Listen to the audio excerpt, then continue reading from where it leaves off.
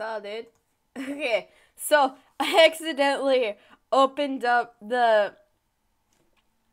So I was streaming to Picarto yesterday, and I forgot to change the stream key, so it almost didn't happen correctly. It would have been streaming to my Picarto, which would not have been good.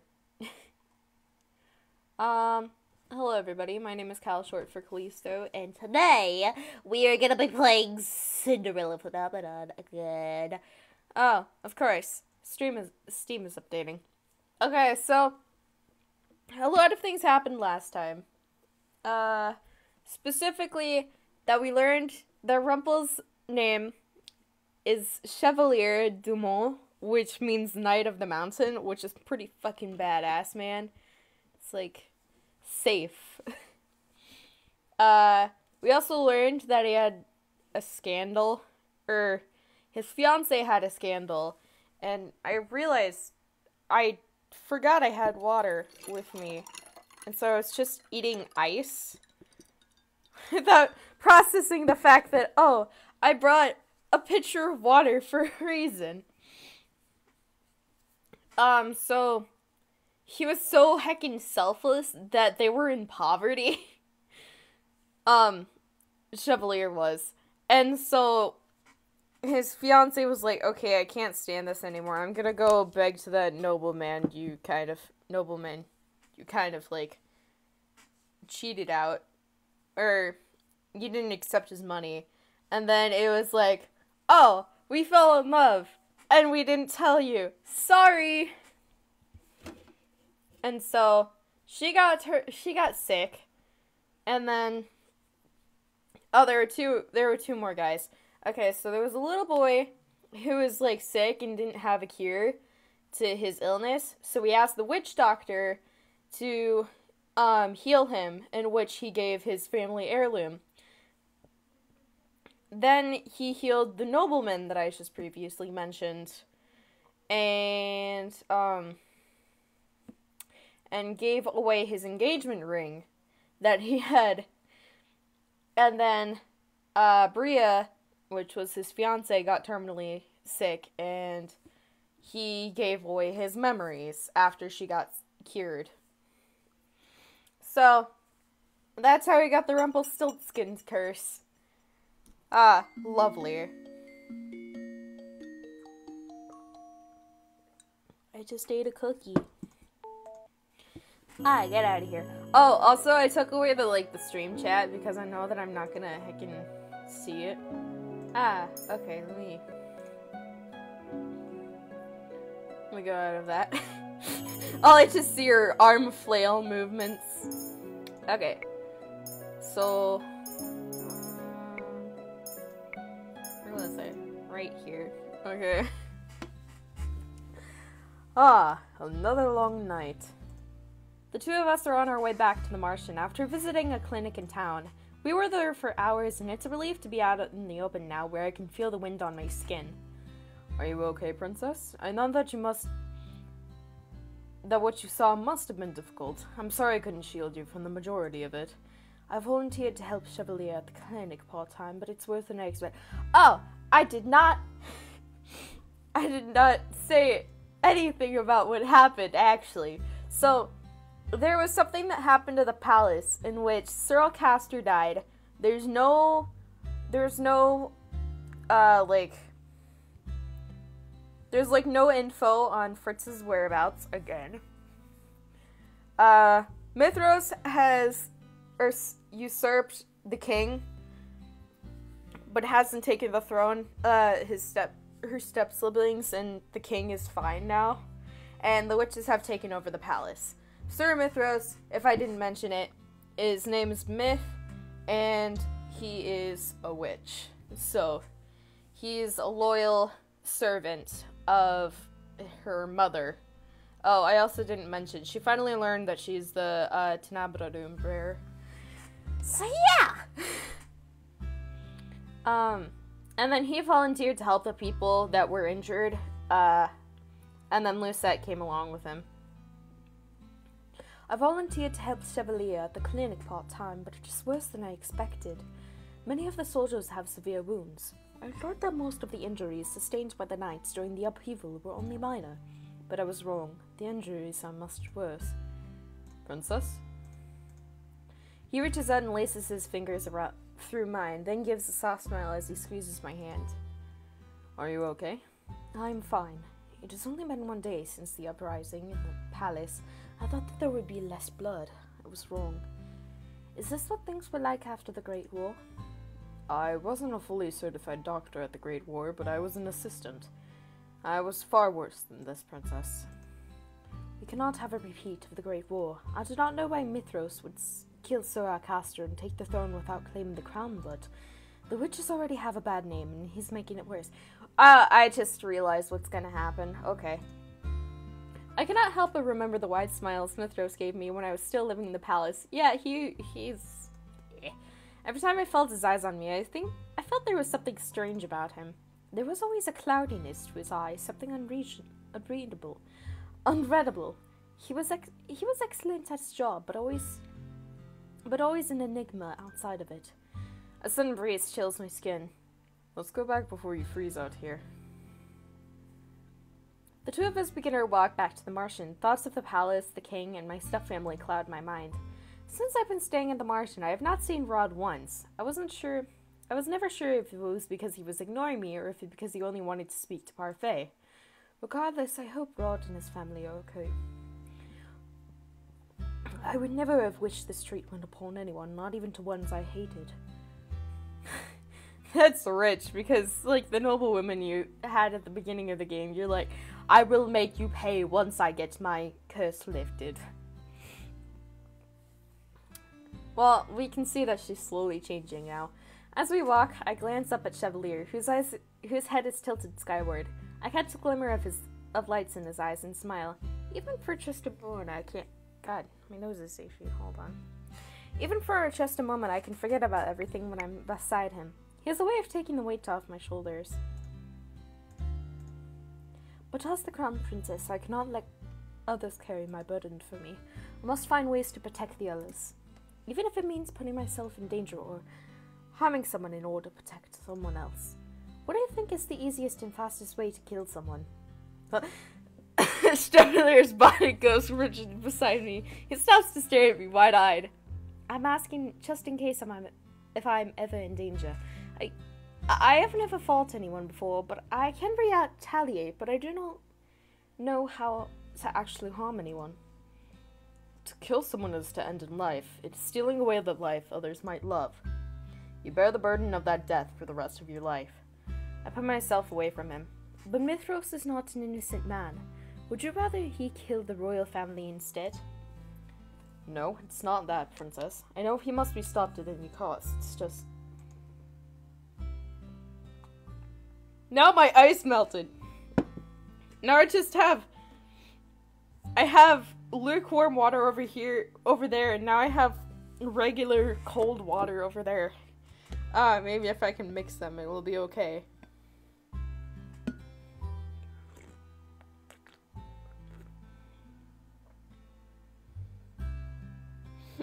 No! It's gonna spill! This is what I deal with. These are my life problems.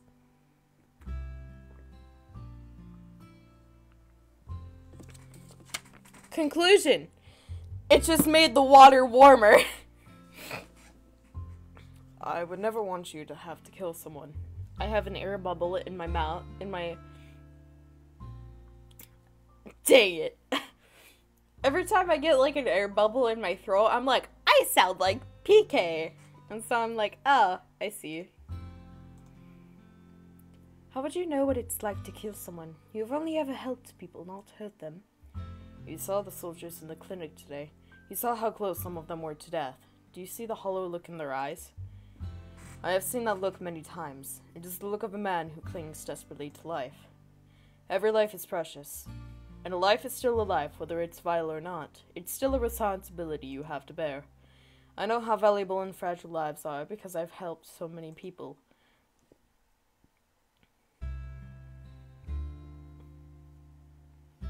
We stand quiet for a few moments, facing each other. I know I'm at I know I am in odds with Chevalier. He speaks the truth, but I also know that I must speak my own version of the truth, too. The world is a place where only the strong survive. People are kind, but they will take advantage of those who are too caring. Bria told me that Chevalier was so selfish that he became selfish. She told me that he never had anything because he gave everything to others. His kindness has hurt others, and I fear that it is a likely chance to hurt him as well. What if his reluctance to hurt anyone causes him to be the one that is injured? Chevalier suddenly breaks the silence. Most people think that the easiest way to kill a person is to stab them through the heart. Those people would be wrong. He puts his hand over his heart and stares dismally down at me, at the ground. He moves his hand briefly, but only to reach for mine. He takes my hand and settles it on his chest, slightly to the left. I can hear the heart beating. I can hear the beating of his heart beneath my palm. It's soft and gentle. Man, his hair is soft as hell. What can you feel besides the beating of my heart? The ribs? Yes. In order to stab the heart, you've got to get through the ribs. That's why most of the soldiers in there who got stabbed in the chest are still alive. If you want to kill someone quickly, you have to stab somewhere where it would be difficult to stem the blood from a wound. Do you have any idea where that might be? The neck? The neck? The skin on the neck is thinner, and you have lots of blood flow underneath the skin going right to your head. It would most likely be easier to slice or pierce something more vulnerable in the neck without running into as much resistance. Chevalier raises an eyebrow. Did you happen to pick that up around the clinic? No, I simply guessed. Then you have a bright mind, Princess. Hey! My fear of being stabbed in the neck has gone to good use. Or, like, anything around my neck. Like, this even is like, why is it freezing? Yay! Okay, but at least it says that it's at good quality.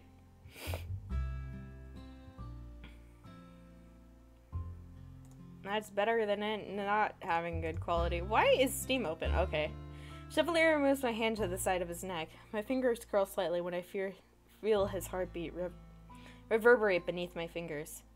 The spot where you can find the jugular vein and the carotid artery. Right here.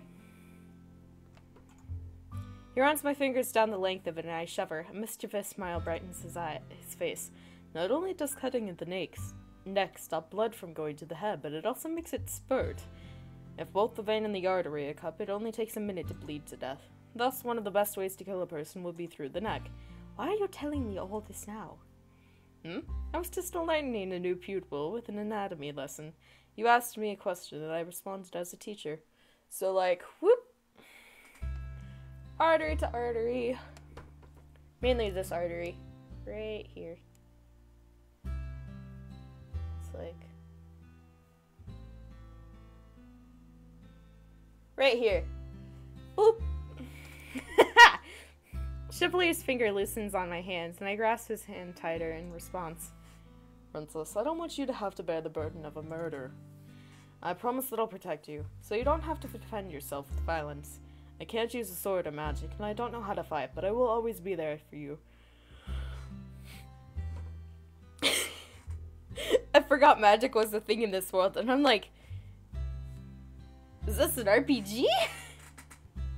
I may not have an abundance of muscles beneath these sleeves, but I am a doctor. Maybe it's just flabby skin. Although I can't imagine that. He's beachy as fuck. No one knows about the body. No one knows the body better than I, so though it may not be heroic, I know how to hurt a person. His sincere expression, though pain, tells me that he's telling the truth. I don't want Chevalier to hurt a person either. It would destroy everything that he's worked towards as a doctor. He's seen so much suffering, and yet always seems so untouched by it. I will do anything so I can protect his positivity. Borp. The Martian was quiet when we returned. Everyone had already disappeared into their rooms, so I went straight to mine. Bless me. I also forced Chevalier to go back to his. He's been on his feet all day, and he needs the rest. I plopped down I mean, technically, if we're speaking in French, his name would be pronounced Chevalier, but I've only known it as Chevalier, so I'm pronouncing it Chevalier. Anyways, back to the ramblings. Anyways, I plopped down onto my bed as soon as we returned home. I glanced briefly to the side where Chevalier's bouquets lit a vase Parfait had given to me. Who is it? Parfait. Come in. Come in. You've returned. Parfait looks paler than normal. I realized with a start that Chevalier did not tend to her at all today. Don't look at me like that. I'm fine. How were the soldiers at the clinic? Not good. Many of them have been gravely wounded. Some said they remember magic, others said they do not remember anything at all. A shadow falls over Parfait. Parfait's expression as she sighs. So the circumstances are direr than I thought. It's a good thing Chevalier is there to lend a helping hand. Fuck. The yawning is back. Did you manage to come up with a plan? It's proving more difficult than we anticipated. Delora and I are putting ourselves in danger. Walt is too, because he can use magic to a certain extent. The knights in Carmel all have their blades. But Chevalier, I do not want to involve him in this. Because you're worried about him. Of course I am. You've grown up, princess. You remind me of a younger Hildyr. Back then, Hildyr was calm and resilient. One moment she could be smiling ear to ear, the next she could be stricken and unusable as the coldest ice. The two of us were like sisters. We did so much together. We learned together, explored the magic, explored the kingdom together. I could say with all certainty that we were the best of friends.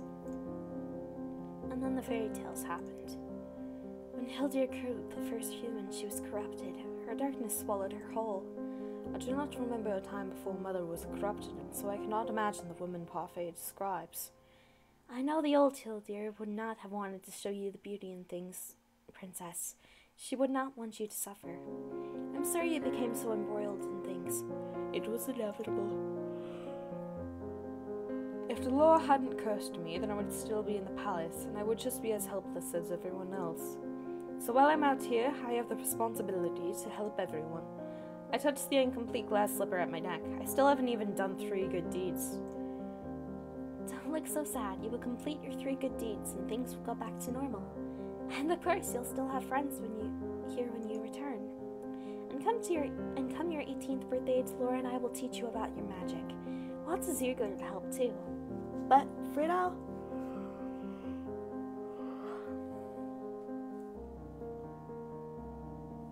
okay. Like, I'm trying to remember what happened in Rod's route, and I'm like, did Mithras teach us magic? Or was it Delora and Parfait? And I'm pretty sure it was Delora and Parfait, but I think Mithras kind of helped. Maybe. But for now, our top priority is the plan. Rest easy, princess. Things will work out.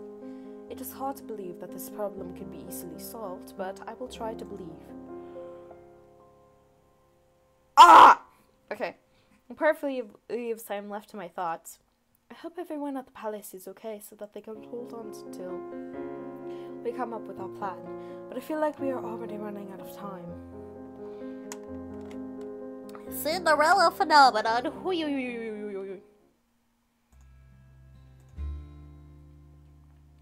Days go by and I find myself assisting Chevalier at times. Ah man, I can smell my candle and it's heaven. Other times I remain at the Martian to help conceptualize a plan. None of our plans have actually shown any promise yet, but with all of our minds put together, we should be able to come up with something. A week later, I find myself standing outside the clinic door, waiting for Chevalier. I'm sorry to have kept you waiting, princess. You can drop the title, you know. Lucette. But you're a princess in my eyes. Yes, but you don't need to address me by my title. Just my name is fine. Chevalier reaches out to take my hand, then immediately pulls his hand back, eyes wide. I forgot it. Forgot what? The medicine that I needed for Parfait. Give me a moment, Lucette. Chevalier plants a quick kiss on my forehead before running inside. I stare at the stars as I wait. I turn but see no one walking around the plaza. I inch closer towards the door of the clinic as I take another look around. Boo. Suddenly I see the silhouette of a man. It takes a few more steps towards me and then stops in front of me. I notice him immediately. His appearance quite left quite an impression on me the last time. Out at the night by yourself? I still don't have a voice for Varg! Dang it! It's been 2 roots and I still don't have a voice. Ew. Okay, let me think. Does anyone have this voice? Mithros has that voice. Out at night by yourself? No one has that voice. Certainly you know it. That wolves prowl these streets at night. What do you want? I take a step back and press myself to the door. I reach for the door handle, but the man reaches out to grab my wrist, holding it to the door. I'd say it. Wow. I'd say my answer to that question is complicated, princess. By the expression on your face, I would have hit the nail right on the head, eh? You are the princess. How do you know who I am? That is part of the mystery, isn't it? I attempt to wrestle my wrist out of my fingers. Come with me quietly and you won't get hurt. Scream for help. This is a violation. I refuse to go anywhere with him. I open my mouth to scream, but before I can even breathe, the man's hand flies to my throat. Shit. You are a disobedient one, aren't you? I struggle again. I'm so sorry, I'm laughing because the character I associate this voice with is Naruki Kazuaki, and I can imagine him doing this to me, to Lucette, and he's be like, oh, you can't go anywhere now.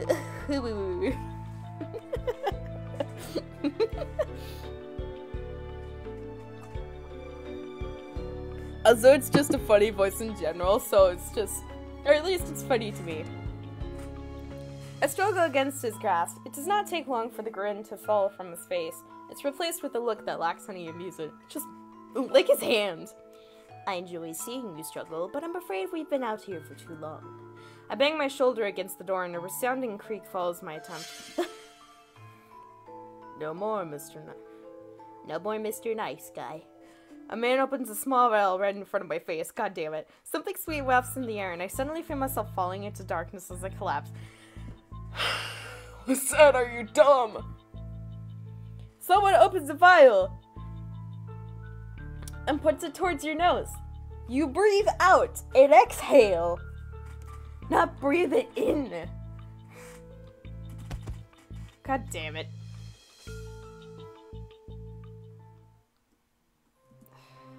Where am I? I glance around me. My room. I look around cautiously, checking to see if anything in my room is different. The last time I was here was before I was cursed. How is it that this room is the same? Ah, hello, Varg. Sleeping Beauty has awoken. I move to stand up before realizing that my legs are numb. God damn it! Shame to see you so easily tamed, princess. And I already thought she would be fun. I glance up to look at the man, who's now standing right in front of my bedside. How do you know who I am? Are you a witch? A witch? Me? Ha! He burst into laughter.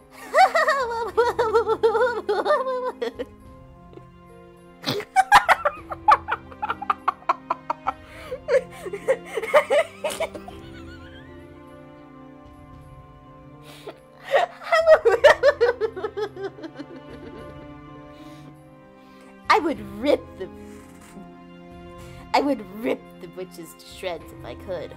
If you could? Then you were cursed? The man simply smirks at me, but says nothing in response. He brushes the words aside with the gesture of his hand. Are you working for Mithros? Probably. Me.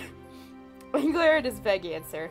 My name is Varg, and I have been assigned to be your personal knight. I already have a personal knight. Oh, you mean Fritz? I got rid of him. No playing with the Queen's daughter, Varg. No playing with the Queen's daughter, Varg. Ah, man. Jumin and Nanaki collaborating again against me. Mithras enters the room. Now he stands in the doorway, eyeing the both of us with a smile that's so oddly reminiscent of his usual one that makes him sick. Mithros. Princess, you look more and more like your mother every day. Why, the scowl on your face is almost a perfect reflection. He moves to stand in front of me. At the same time, Varg begins to take slow and careful steps to the edge of my room. What have you done with everyone? Inconsequential or consequential?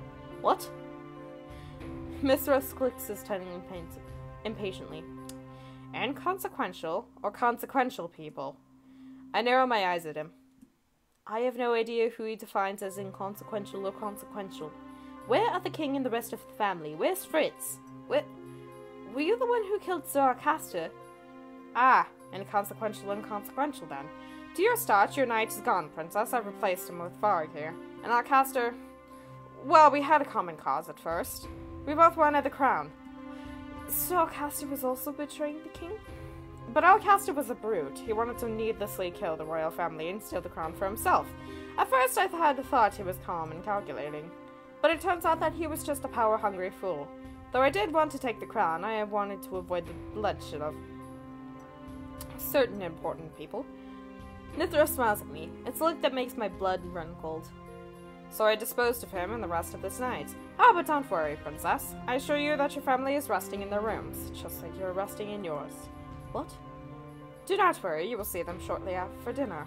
I have my doubts about Sir Mithros' story, but if what he said was true, then Sir Calisto wanted to kill the royal family and Mithros saved them. But then he decimated the king and took the royal family hostage? Why would he do such a thing? They're prisoners, then. Prisoners in their own home? Nonsense! We're all just awaiting the queen's return together. The queen? Slowly, I feel pieces beginning to fit together. I guess this... The queen. He cannot be talking about Ophelia. Dolor, do you think witches are capable of bringing back the dead? Mother is dead! Is she really? You could bring Mother back from the dead? We can, princess. We? The queen has been resting for a long time, waiting for you to gain your powers so that you can help her escape from her prison. You will not making any sense. I struggled to keep my words from faltering. Okay, so I didn't get it right. I thought that he was awaiting her 18th birthday in order for Lucette to become the queen. How is Mother alive, and what does he mean by a prison? The Tenebrodum is the queen's prison. It is linked to the queen's power. Oh, so you're gonna make me the heir, and then she can escape. Though others presume she was dead, the queen sealed the last of her powers inside the crystal. All she requires is your power, princess. My power? When you become the next bearer, you will have the ability to release the queen from her prison. My birthday is in a week. That is when I meant to take on the responsibilities of becoming the bearer, though Parfait and Delora never went into more detail beyond that. You'll finally get to see your mother again, princess. I cannot quite take in everything you just said. However, if Mithras had approached me before the curse, I would have helped Mother in a heartbeat.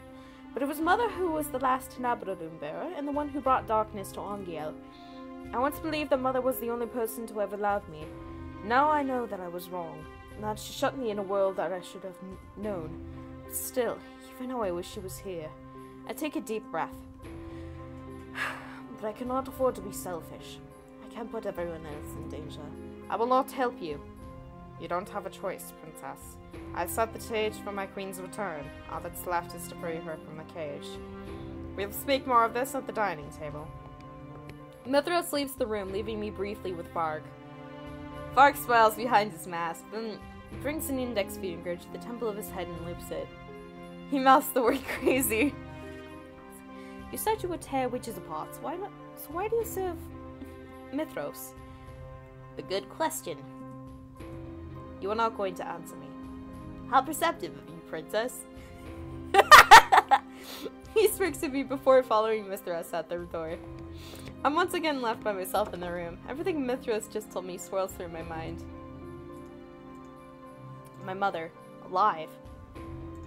And he killed everyone in order to take the crown and keep it for her. A shudder runs through my body. She could not return. I spend the next hour looking at around my room for things that might aid my escape. I know where everyone else's rooms are too, but I have no idea how heavily guarded they are, and I doubt I could help them. I must return to the Martian. I test the window, but it's locked, probably with magic. I search my shelves. The dolls that used to comfort me can now do nothing for me now. Last, I checked my drawers, but though there are many things in them, there is nothing that looks like they could help me escape. As I'm searching, I come across a box and pause to pick it up. Is there a wand? I remember this. It was given to me by my mother with strict instructions not to open it and always keep the key hidden. I search the drawer again for the key. The moment I begin to set the box down, I see a small golden key at the bottom of the drawer. I pick it up and I'm about to open the box when I stop. This is hardly a priority right now. I set the key down next to the box. I should be searching for a way to escape. God damn it, Lucette! I turn to see Varg's smiling face at the door. You look like a criminal who's just been caught doing something naughty, says the criminal himself. Maybe we're meant for each other. I narrow my eyes as he approaches. Behind his back, I can make out the open door. Don't even think about it. You don't want me to pounce you in the hallways, do you? That would be unpleasant. Varg grabs my wrist. I attempt to struggle free, but he holds it tight to me. Didn't you want Emmeline? I will be your escort to dinner tonight. I keep my head high as Varg escorts me from my room. On the way to the dining hall, I glimpse at the rest of the palace. It's mostly empty, save for a few soldiers. The soldiers that do stand here have a glazed look in their eyes and look right through me. Puppets. A spell cast by Mithros. Varg does not answer as he pulls me through the hallway.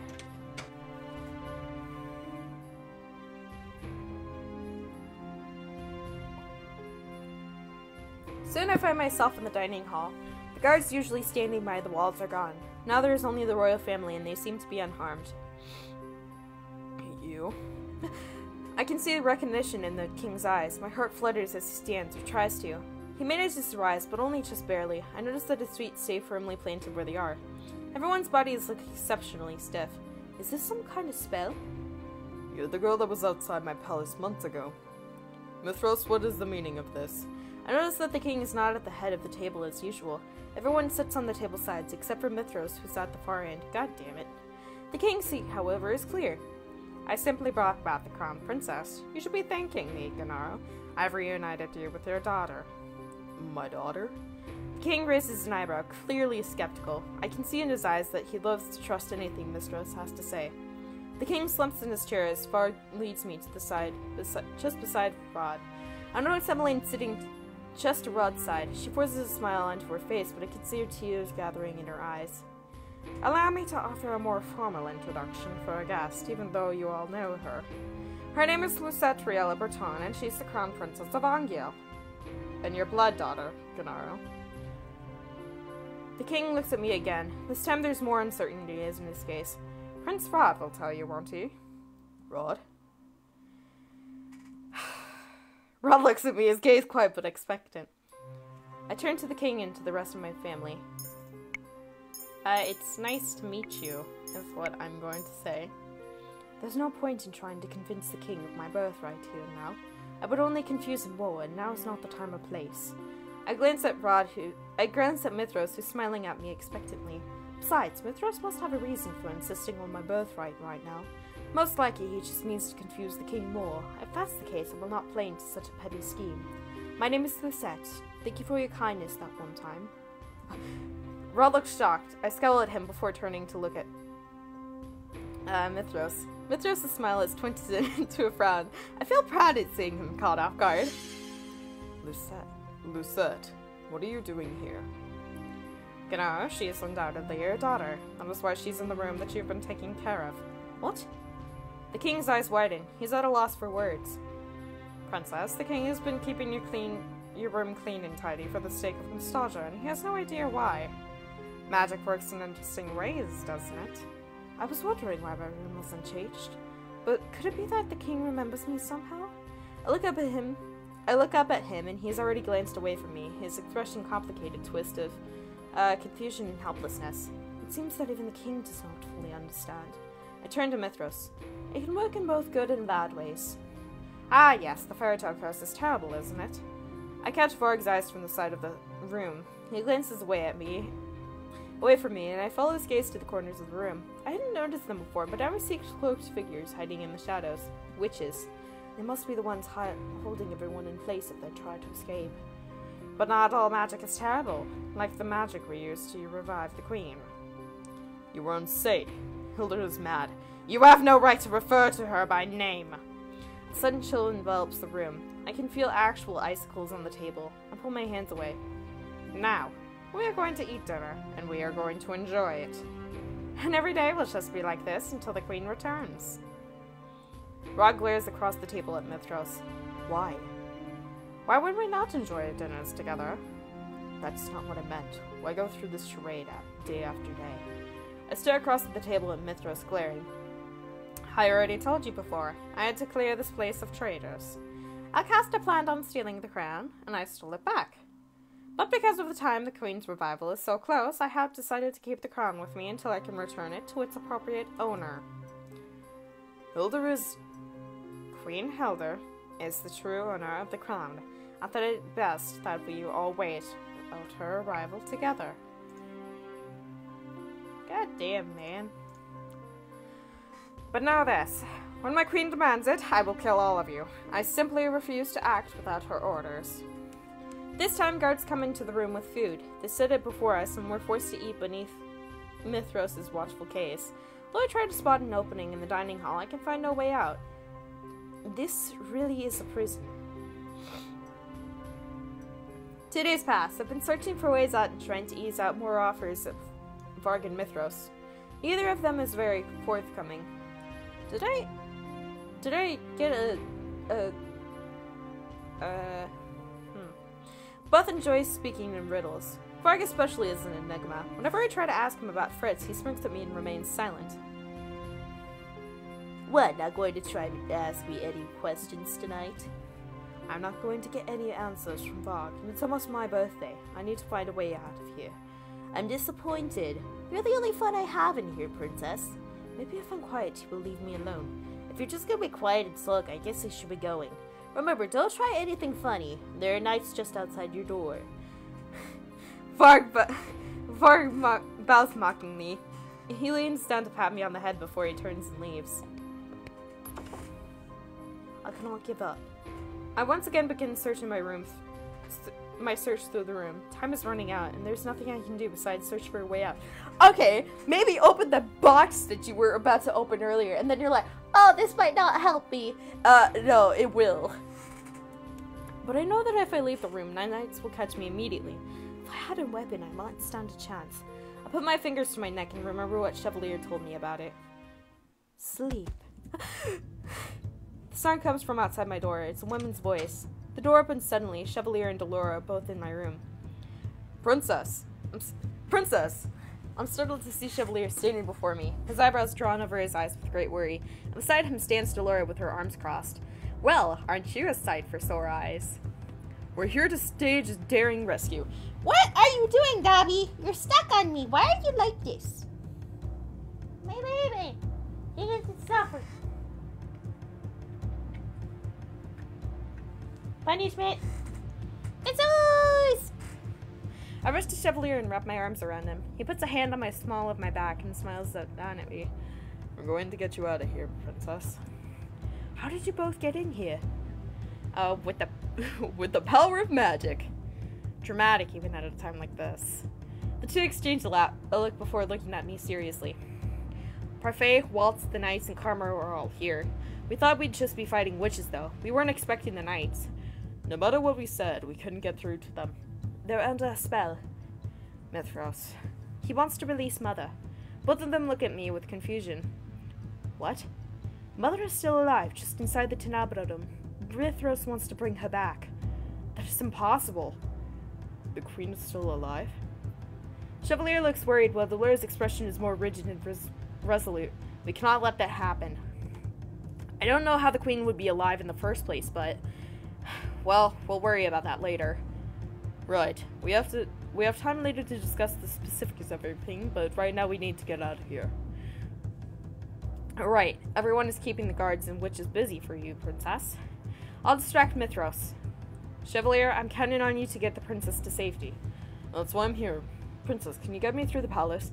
I cannot just leave everyone here. Don't worry, Garland is seeing your family. Is seeing to saving your family. No, I cannot just leave everyone in the marsh in here to do things for me. Musette, we cannot afford to lose you. I told you I would do anything to protect you, and I will. The sooner you're safe, the sooner we'll have the advantage. You are the legitimate heir to the throne and the next Tenabradum bearer. You cannot let yourself remain in Mithros' hands. The situation is indeed most dire. So for now, we must hurry. I nod my head feebly. Without another word, the three of us head towards the door. Dolores exits first and stops immediately. I almost run into her. Ah! It's behind again! Hoo-woo-woo-woo. Actually, it's still on good, so I'm only expecting that... Hey! It's not doing the thing again, where it's not freezing. I glance through the doorway and see Varg just waiting just outside, holding a blade across Dolores' neck. Dolores holds up her hand and deflects the sword as it slides harmlessly past her neck. Varg slides away, still holding out his own sword. His usual smirk is half-hearted at best. Get out of our way. You're awfully demanding, aren't you? Pretty please? No can do, my lady. Shame. Looks like I'll have to destroy that pretty mask of yours, along with everything else underneath it. Goddamn. Dolores holds up her hand and summons a wall of electric orbs. With a flick of her wrist, she sends them rushing towards Varg, who dodges with surprising speed. Varg's movements appear sluggish, but I've seen his fast reflexes. He's playing with Dolores, even though I do not think he has the advantage. He drops the sword, and for a few moments I feel Dolores has the advantage. Then suddenly he raises the cane and usually holds it at his side and taps it to the ground. A burst of smoke escapes from the middle of it, shrouding the room. An enchanted cane? You're not the only one with tricks up your sleeves. Dolores! Chevalier, get her out of here! Let's go, princess. Chevalier takes my hand in his and begins to lead me away.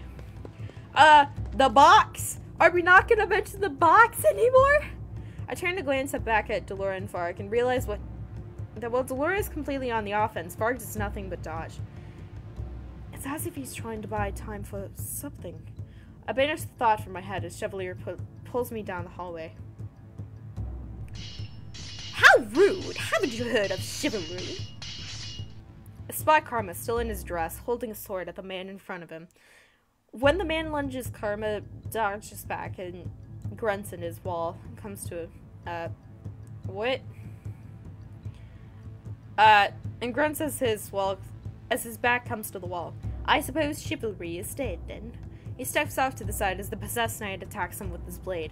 The sword catches his dress, but he does not hinder him from stepping forward and aiming a jab with the sword underneath the knight's armor.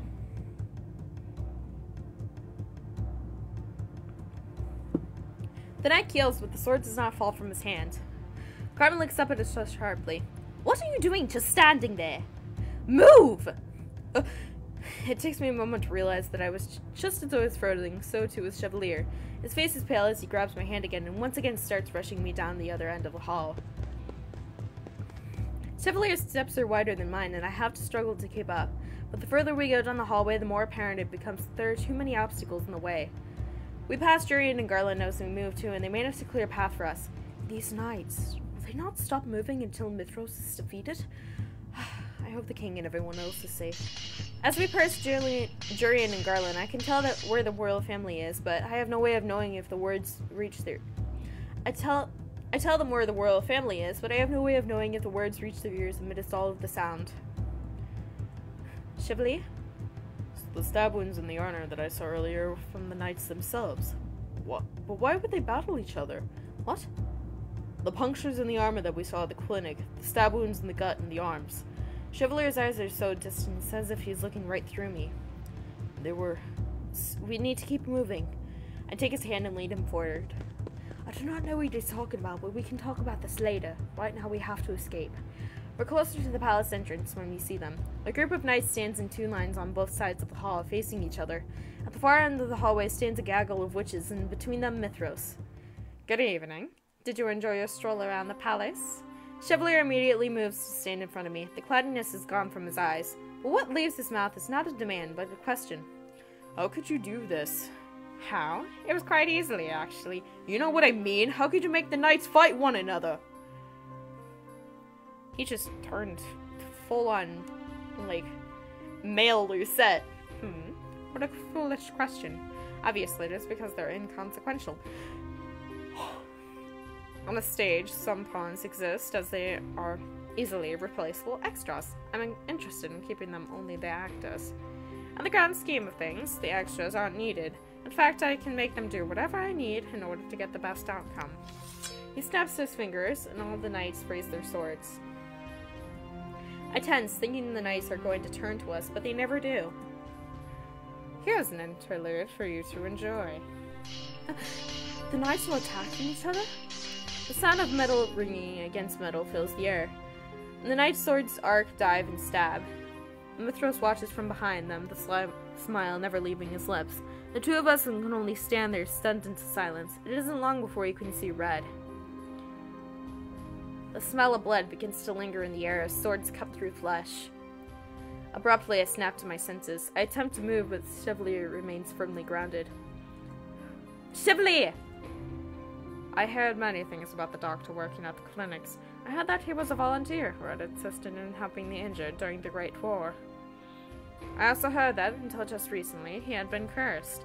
I knew immediately upon seeing you that you were that volunteer. I suppose it's unavoidable that you and the princess know each other, but to think that you would be so close. Chevalier just stares blankly ahead. He almost looks like he's under a spell. His eyes are glazed. I continue to call his name. His eyes follow the sword movements of the knights, and he doesn't even spare me a glance. Have I unraveled the doctor? What? Chapter 10, Unraveled. Chevalier, step out of it! Just look at all those men you cannot save. All of these men dying before your eyes. Right. Chevalier, we have to get away from here! How many people have you really saved? In the grand scheme of things, you have no talent. That is why you ought to sought help from a witch. God damn it, Mithros. He was the witch that... Okay. Mithros' voice is also calm. Oddly calm, and I can feel some sort of presence in the air that's different from normal. A knight plunges a sword into the another's gut, causing him to lose his sword. The sword skitters across the floor, gleaming underneath the moonlight. I look desperately at Chevalier and realize that the magic is already working its way into him. He doesn't see anyone except for Mithros, who's still smiling at him from behind all of the knights. I slowly inch backwards, making a show of looking at Chevalier. Neither Mithros nor Chevalier seem to see me. I will protect you, Chevalier. I will do whatever it takes, even if I have to kill someone. I pluck the sword from the ground and grasp it at the hilt. It feels heavy in my hand, but I ignore the weight.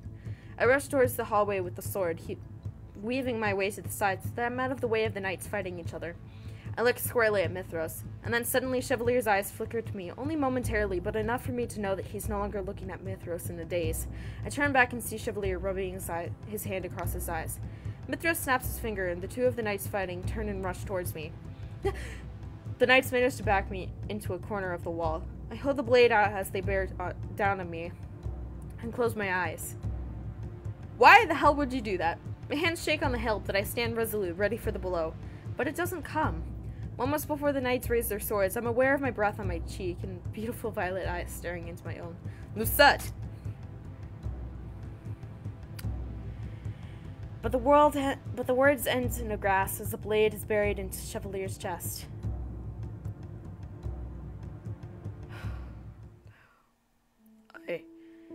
His words fade as his hand slides down on the other side of me. He slumps and his head falls down on my shoulder. No! A raw sound escapes my throat and I feel the warmth leave Chevalier's body. Chevalier!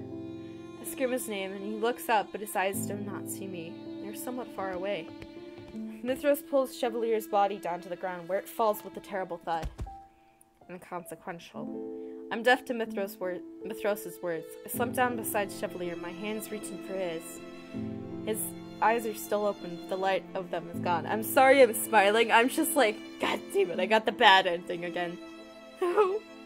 Tears streamed down my face. I cannot breathe. I cannot hear my heart. Everything is quiet and dark. Chevalier! Now that the obstacle is gone, you have nothing left, princess. Mithros's hands reach for me. I attempt to lift the sword, but he knocks it easily out of my hands. Are you truly the queen's daughter? The queen never cried. She was the strongest woman I knew. I cannot breathe. I cannot stifle the sobs escaping my throat. She taught me that sentimentality was nothing to value, that it would only make you weak. I assumed you knew that too, princess. But I was wrong. It will be a good thing when the queen is back on the throne. The weak do not win. He snaps his fingers, and the witches congregate around me. Now we shall use you to bait the fairy, and that everyone else would fall. I will unravel this effort at its heart. He nudges Chevalier's body. I look down at Chevalier's ashen face and sob. I let the tears gather in my eyes until I cannot see anything. Nothing matters anymore. The end. I got the bad ending. God damn it.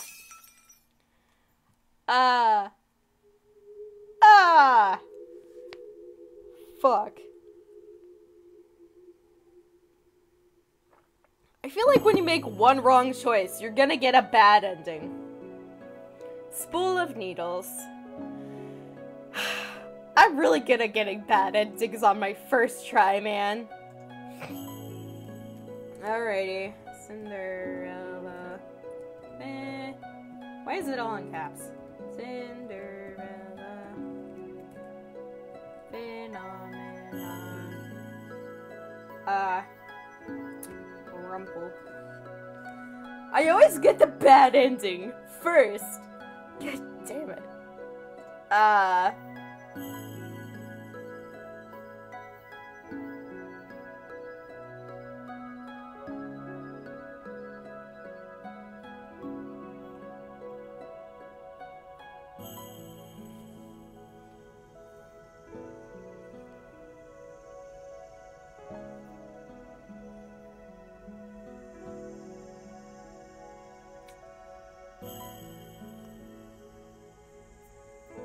Man, I'm really bad at making choices. Like, I see the ones that I messed up.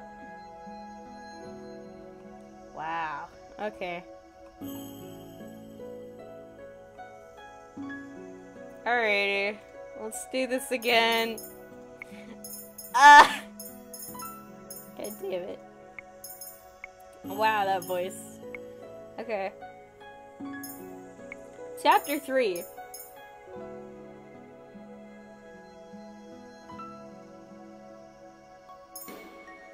Alrighty. Turn and walk away. That's the right choice. I just remember that I have something to do. I turn around and start walking away, but I immediately stopped when I feel Rumpel's hand on my shoulder. I slap his hand away. Fierce as always, you remind me of a rose with thorns, princess. He leans closer and winks at me. But the thorns are what make the rose so alluring. Are you always so persistent, or do you actually want me to slap you again?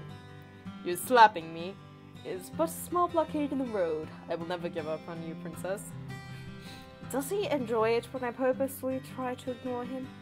The most brilliant sparkling gems are buried deep within the ground and take much more effort to unearth. What? Princess, you were like one of those gems. No, I am not like a gem. Rumpel, why would you deal with someone like her? Ah! Okay.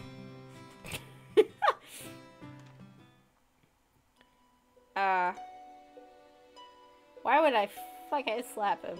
What is wrong with him? Let go of me! Rumpel's eyes creased with worry as he holds tightly to my hand. The sadness in his eyes became anxiety, and I see something like fear dancing in his eyes. You really think it was my fault?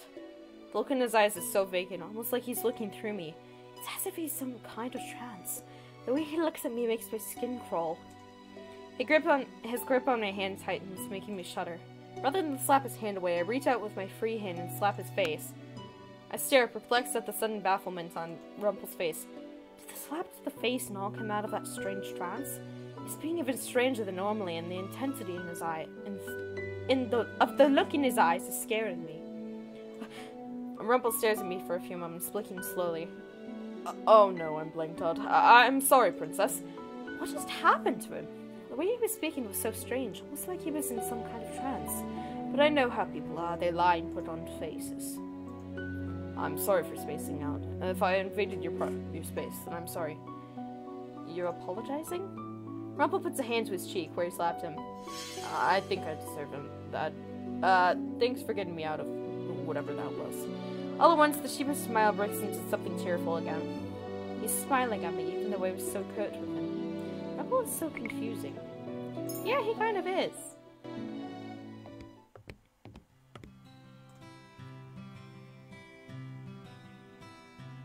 For you, my sweet princess.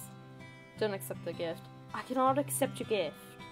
But Princess, my advice, you have no reason to spoil me. Princess, this is what I've been trying to explain to you all day. You don't need a reason to spoil someone. It doesn't always have to be about paying someone back. Rumpel smiles a little sheepishly, then it places the bag in my hand and curls my fingers around it. Oh god.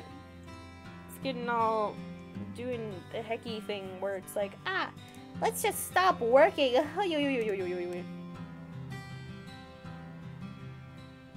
Hold on a second. Alright, there we go.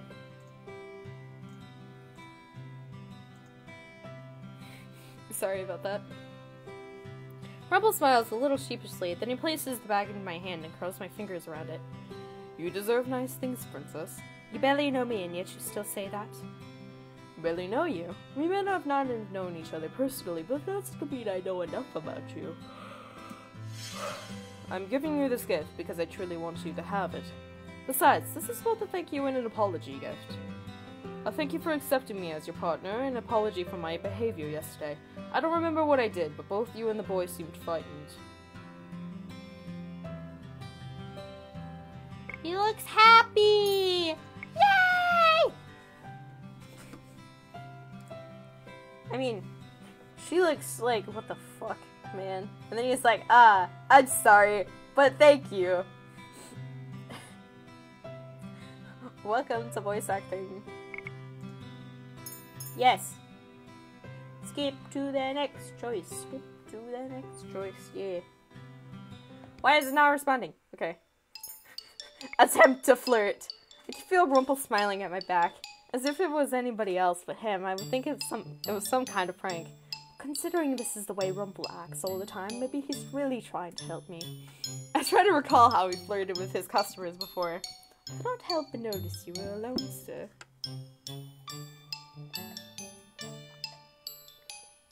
This is the good kush. I'm always alone. My heart is thumping far too loudly in my chest. What kind of things does Rumpel usually say?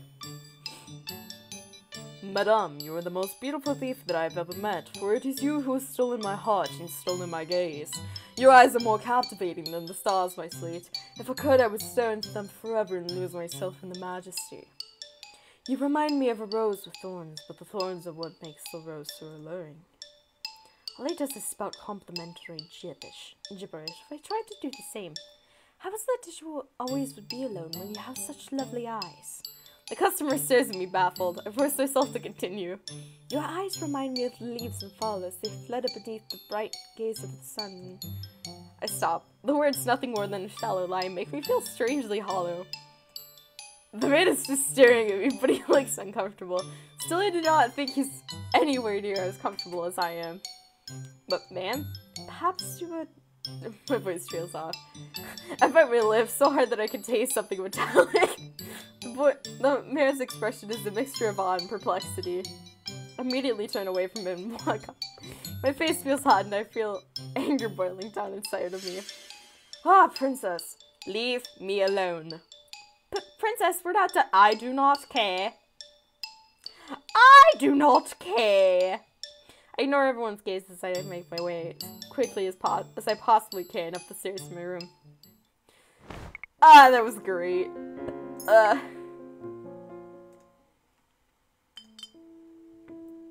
Apologize to Annie's. Yeah, boy. I'm sorry.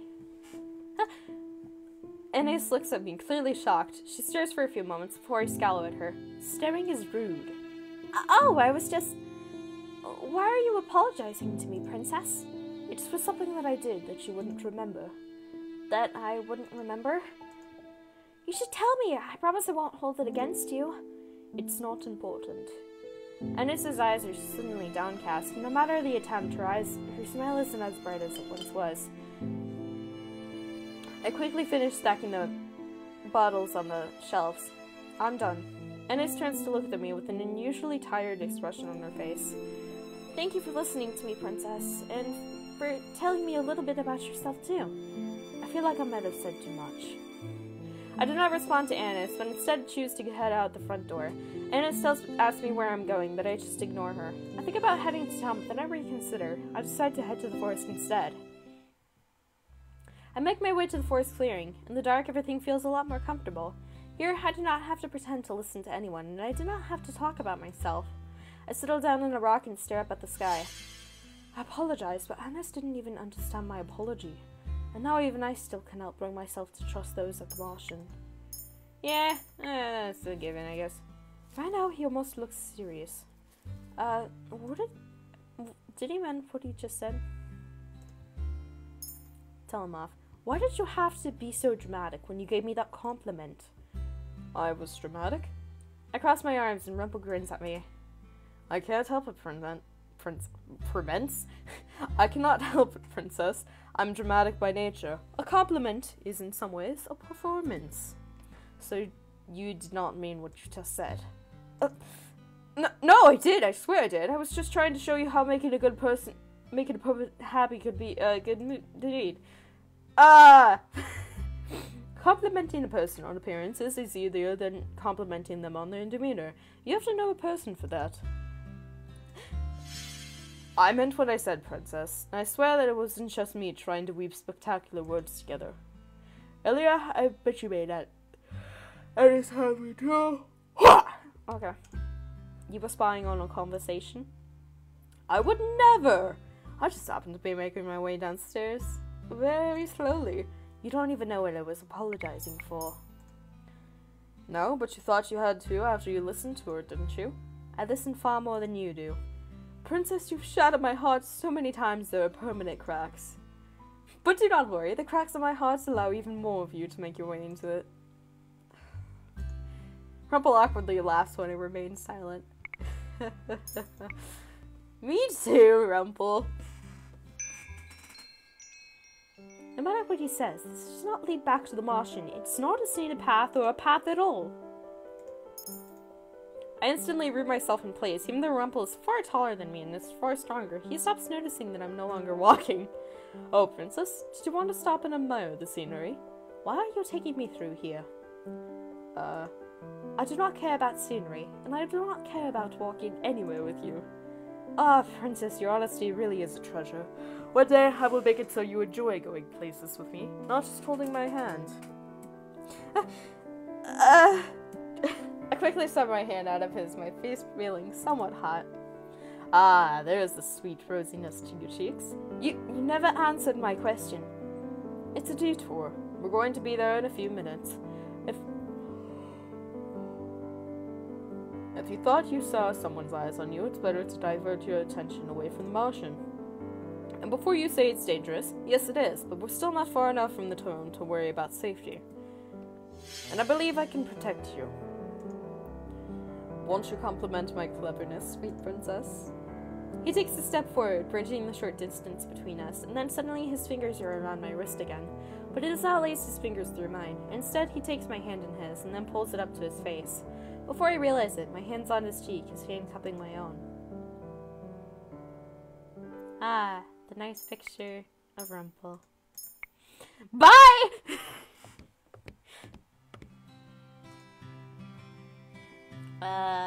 Okay. I know what to do from here now. Yeah. I think my default voice to go to is just talk about what the hell? I think my default voice when I'm just doing a voice is just this voice because it's the easiest to transition into. I'm still its partner, right? Ah.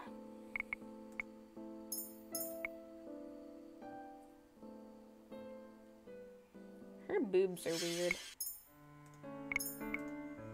I had to redo this choice. I think it was talk to him, right? Nope, it's remain silent. That's where I messed up.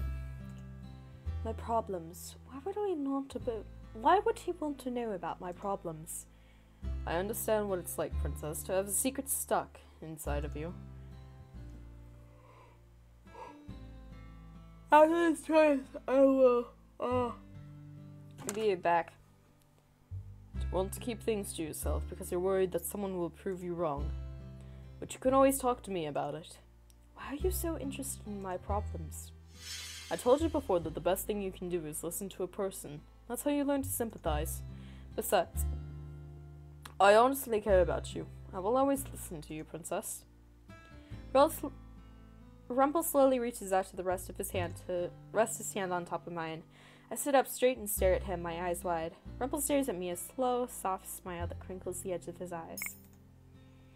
Ah, that sounds nice. Alrighty, I'll be right back.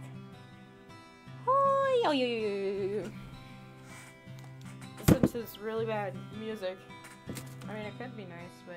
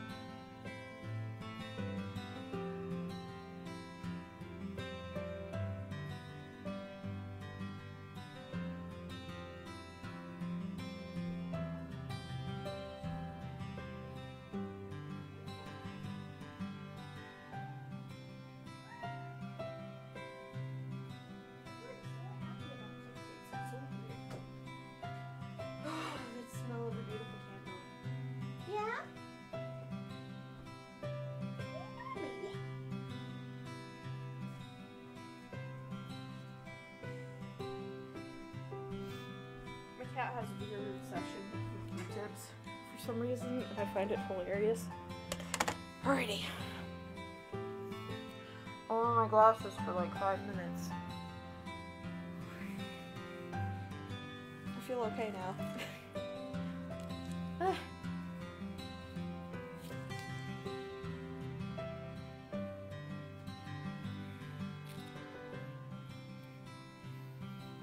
I spent like half of my free time today researching and using all of the, looking at and reading all of the sources of the heckin' thing that PS Cold Fire made. That they posted like 2 days ago regarding the Kyoto Sumo deal. So I'm just like, I'm pro artist, by the way. So I'm just like, wow, okay. Anyways, I'm back. Wasn't it lean against him? No, it's struggle. I cannot just let him carry me up like this. I attempt to move away from him, but my whole body is weak. It's all I can do. It is all I can do to try to roll out of his arms, but even that doesn't work. If you fall, you'll get a bump in your head, you know. I'm not weak. I don't need anyone taking care of me. Their voices, an indistinct chattering behind them that belongs to the girls. Rumpel speaks in a low voice. Stubborn as she may be, she's my sweet but my sweet princess is stronger than any other woman I've ever seen. He pulls me closer to him, and I feel his chest on my head, then his heartbeat. I know you're strong, princess. Stronger than anyone else, even. But because you're so strong, I know you'll never admit to needing help. That's why I'm going to help you with your permission. Without your permission. I'm sorry. Slowly, I let myself settle in his arms. I lean my head into his chest and listen to his heartbeat. It is a gentle, sweet sound that makes me feel like drifting into slumber. So warm. Ah, but not as warm as you are right now, princess. Ah, great. His voice slowly begins to fade out as I close my eyes. You have beautiful eyes, you know. I look away. There he goes again with his compliments. I should be used to them by now, but lately whenever he compliments me, I cannot stop myself from feeling flattered. When I look into his eyes, I can almost see my reflection in them. Without realizing, I look away from him, feeling my breath stop short before I can breathe out. Are you sick, princess? You look a little flushed. Princess? He removes his finger. He does not, however, step back. I am still aware of his lips so close to mine, and his eyes, which are looking right at me. This feels different than your usual resistance. Could it be that you're embarrassed? He clears his throat and he starts speaking again. In any case, it's so nice to have you back, princess. I missed you while you were sleeping day on and day out. I cannot speak today. I wonder why.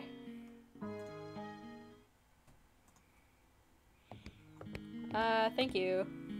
I guess. Thanks, I guess. Out of all people, I did not expect Delora to compliment me. No one should make a point of always telling me the blunt truth. Thank you. There's no shock on Parfait and Delora's face when they smile at me. I'm beginning to think you and Delora are like, you're both stubborn and half good and able to hide it away behind sarcasm. Dobby, what are you doing, baby? Should I go find him? Leave the room, man. What chapter are we on?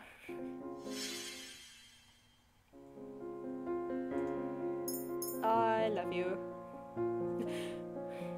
But I'm not. Whether you are Rumpel or a Chevalier, you are the same person. You do not need to be a knight or a prince. He accepted me for who I was, and he still does. Yay! He doesn't look happy, though. I have no more questions. Me too, Waltz. I must do something. I want to help.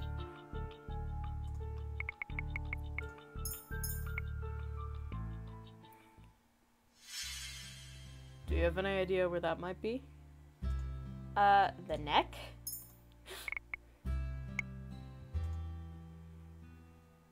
Okay.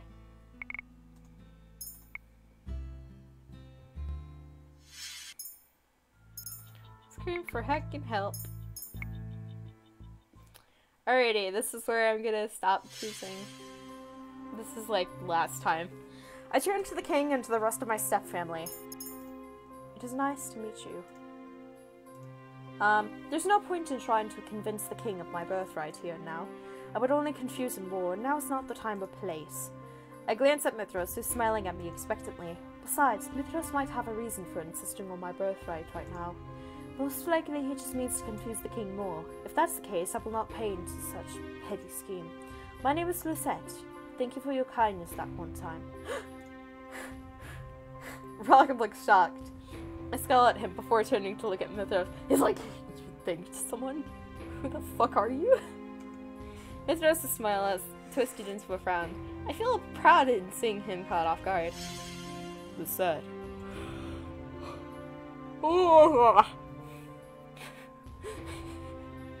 Sorry, I need to yawn again, so I'm just like...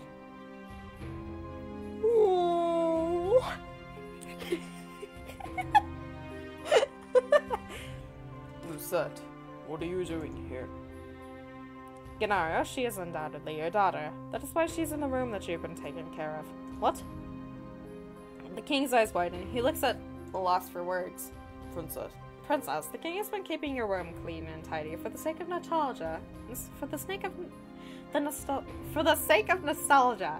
And fuck, she has no idea why. And he has no idea why. Yes, this is Queen Gennaro, everyone. My queen is no longer They were gay. Magic works in interesting ways, doesn't it? I was wondering why my room was unchanged, but could it be that the king remembers me somehow? I look up at him, and he's already glanced away from me, his expression a complicated twist of confusion and helplessness.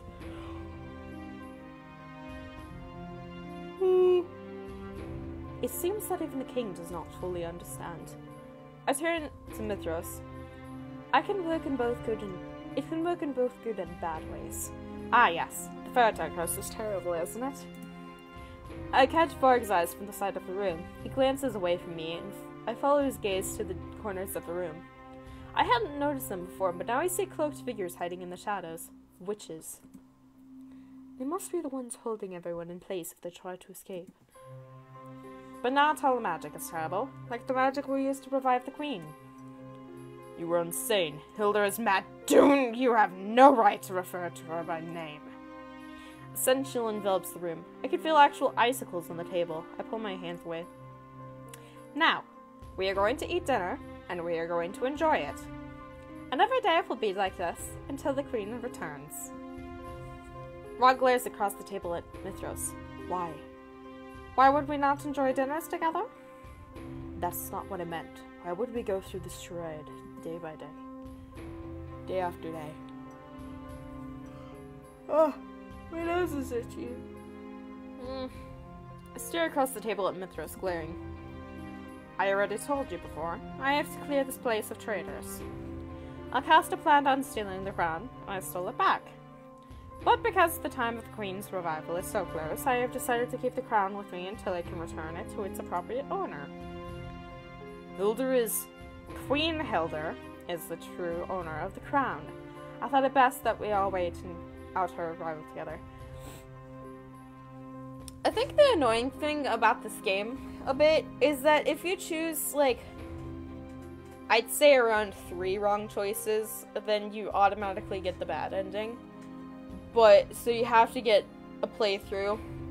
You have to get a walkthrough to see what you did wrong.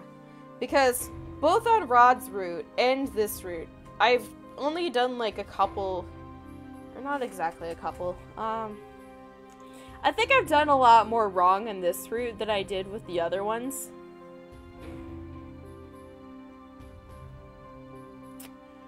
I walked towards him. I pulled my hand away. I accepted the gift. I attempted to flirt. I apologized to Annis. I asked him if he meant it. I kept walking. I went to Rumpel's room. The first time I went back to my room. I defended Rumpel. I said I'm still his partner. I reconsidered after using interrupt the conversation. I remained silent. Wait, no, I talked to him. I leaned against him. I looked at him. I said thank you. I left the room. I said I love you. I want to help, I think. Then the neck screamed for help, and it's nice to meet you. So I did a lot more wrong on this route than I did with Rod's, but still, I don't think I did a lot of bad with Rod's route. Like, I'd say I did like 4 or maybe 3 choices that I did bad, but it was still pretty annoying when I kept on getting the same answers wrong. But know this, when my queen demands it, I will kill all of you. I simply refuse to act without her orders. This time, guards come into the room with food. They set it before us and we're forced to eat beneath Mithros' watchful gaze. Though I tried to spot an opening in the dining table, I can find no way out. My nose is like super itchy. I don't know why. This really is a prison. 2 days pass. I've been searching for ways out and trying to ease more answers out of Varg and Mithros. Neither of them is very forthcoming. Both enjoy speaking in riddles. Varg especially is an enigma. Whenever I try to ask him about Fritz, he smirks at me and remains silent. I think Fritz turned into one of the knights. Maybe I see him at the heckin' night thingy. What, not gonna try asking me any questions tonight? I'm gonna use my pen. I'm not going to get any answers from Vogue. It's almost my birthday. I need to find a way out of here. I'm disappointed. You're the only one I have fun in. You're the only fun I have in here, princess. Maybe if I'm quiet, you'll leave me alone. If you're just going to be quiet and sulk, I guess you should be going. Remember, don't try anything funny. There are knights just outside your door. Varg bells mockingly. He leans down to pat me on the head before he turns and leaves. I cannot give up. Once again, I begin my search through the room. Time is running out, and there's nothing I can do besides search for a way out. But if I know that I leave the room, the knights will catch me immediately. If I had a weapon, I might stand a chance. I put my fingers to my neck and remember what Chevalier told me about it. Sleep. The sound comes from outside my door. It's a woman's voice. It's a woman's voice. The door opens and suddenly Chevalier and Delora are both in my room. Princess. Princess. Hold on, I have something on my arm.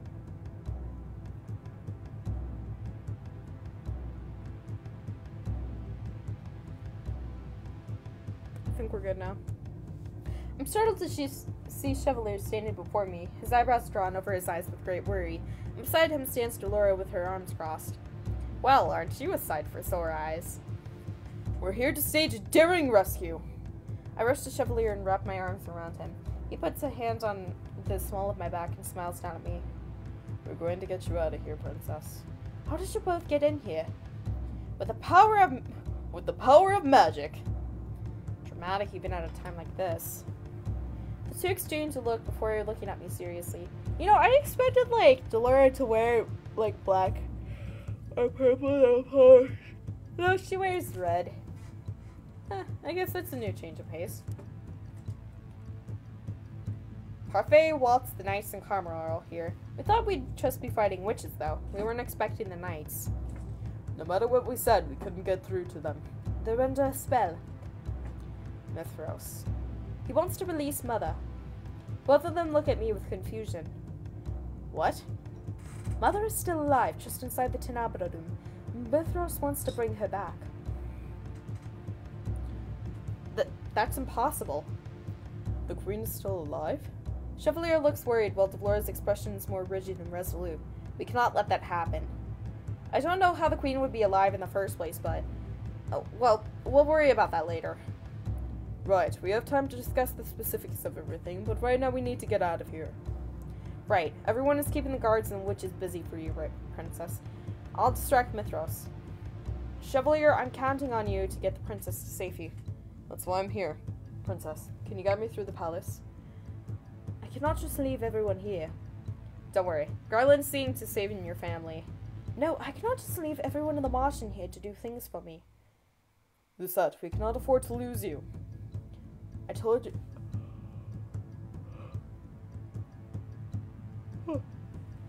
I told you I would do anything to protect you, and I will. The sooner you're safe, the sooner we'll have the advantage. You're the legitimate heir to the throne and the next town up Bear. We cannot let yourself You cannot let yourself remain in Mithros' hands. The situation is indeed most dire, so for now we must hurry. I nod my head feebly. Without another word, the three of us head towards the door. Delora exits first and stops immediately. I almost run into her. I glance through the doorway and see Varg waiting just outside, holding a blade across Delora's neck. Delora holds up her hand and deflects the sword as it slides harmlessly past her neck. Varg slides away, still holding out the sword. His usual Smartick is half-hearted at best. Get out of our way. You're awfully demanding, aren't you? Pretty please. No can do, my lady. Shame. Looks like I'll have to destroy that pretty mask of yours along with everything else underneath. It looks like the doctors. That, like, thing. Zora holds up her hand and, summons a wall of electric orbs. With a flick of her wrist, she sends them rushing towards Varg, who dodges with surprising speed. Varg's movements appear sluggish, but I have seen his fast reflexes. He's playing with Delora, even though I do not think he has the advantage. He drops the sword, and for a few moments I feel Delora has the advantage. Then suddenly he raises the cane he usually holds at his side and taps it onto the ground. A burst of smoke escapes from the bottom of it. Wow. A burst of smoke escapes from the bottom of it, shrouding the room. I messed up on that last time, wow. An enchanted cane? You're not the only one with tricks up your sleeve. Delora! Chevalier, get her out of here! Let's go, princess. Chevalier takes my hand in his and begins to lead me away. Ah, god damn it. Sorry, I just realized that I keep on playing with the acne on my skin. I have acne issues, so I constantly pick at it. Anyways. Why is it... What the hell? I turn to glance back at Delora and Varg and realize while Delora is completely on the offense, Varg does nothing but dodge. It's as if he's trying to buy time for something. I banish the thought from my head as Chevalier pulls me down the hall. How rude! Haven't you ever heard of chivalry? I spot Karma still in his dress, holding the sword out from the man in front of him. When the man lunges, Karma dodges back and grunts as his back comes to the wall. I suppose chivalry is dead, then. He steps off to the side, and as the possessed knight attacks him with his blade. The sword catches his dress, but doesn't hinder from stepping forward and aiming a jab in the sword underneath the knight's armor. The knight keels, but the sword does not fall from its hand. Karma looks up at us sharply. What are you doing just standing there? Move! Chevalier takes a moment to realize that just as I was frozen, so too was Chevalier. His face is pale and he grabs my hand again and once again starts rushing me down the other end of the hall. Chevalier's steps are wider than mine and I have to struggle to keep up. The further we go down the hall, the more apparent it becomes that there are too many obstacles in the way. We pass Julian and Garland as we move to, and they manage to clear the path for us. Those knights, will they not stop moving until Mithros is defeated? I hope the king and everyone else is safe. As we approach Julian and Garland, I tell them where the royal family is, but I have no way of knowing if the words that reach their ears amidst all of the sound. Chevalier? So the stab wounds in the armor I saw earlier were from the knights themselves. But why would they battle each other? What? The punctures in the armor that we saw at the clinic. The stab wounds in the gut and the arms. Chevalier's eyes are so distant, it's as if he's looking right through me. We need to keep moving. I take his hand and lead him forward. I do not know what he's talking about, but we can talk about this later. Right now we have to escape. We're closer to the palace entrance when we see them. A group of knights stand in 2 lines, both on sides of the hall, facing each other. At the far end of the hallway stands a gaggle of wenches, and in between them, Mithras.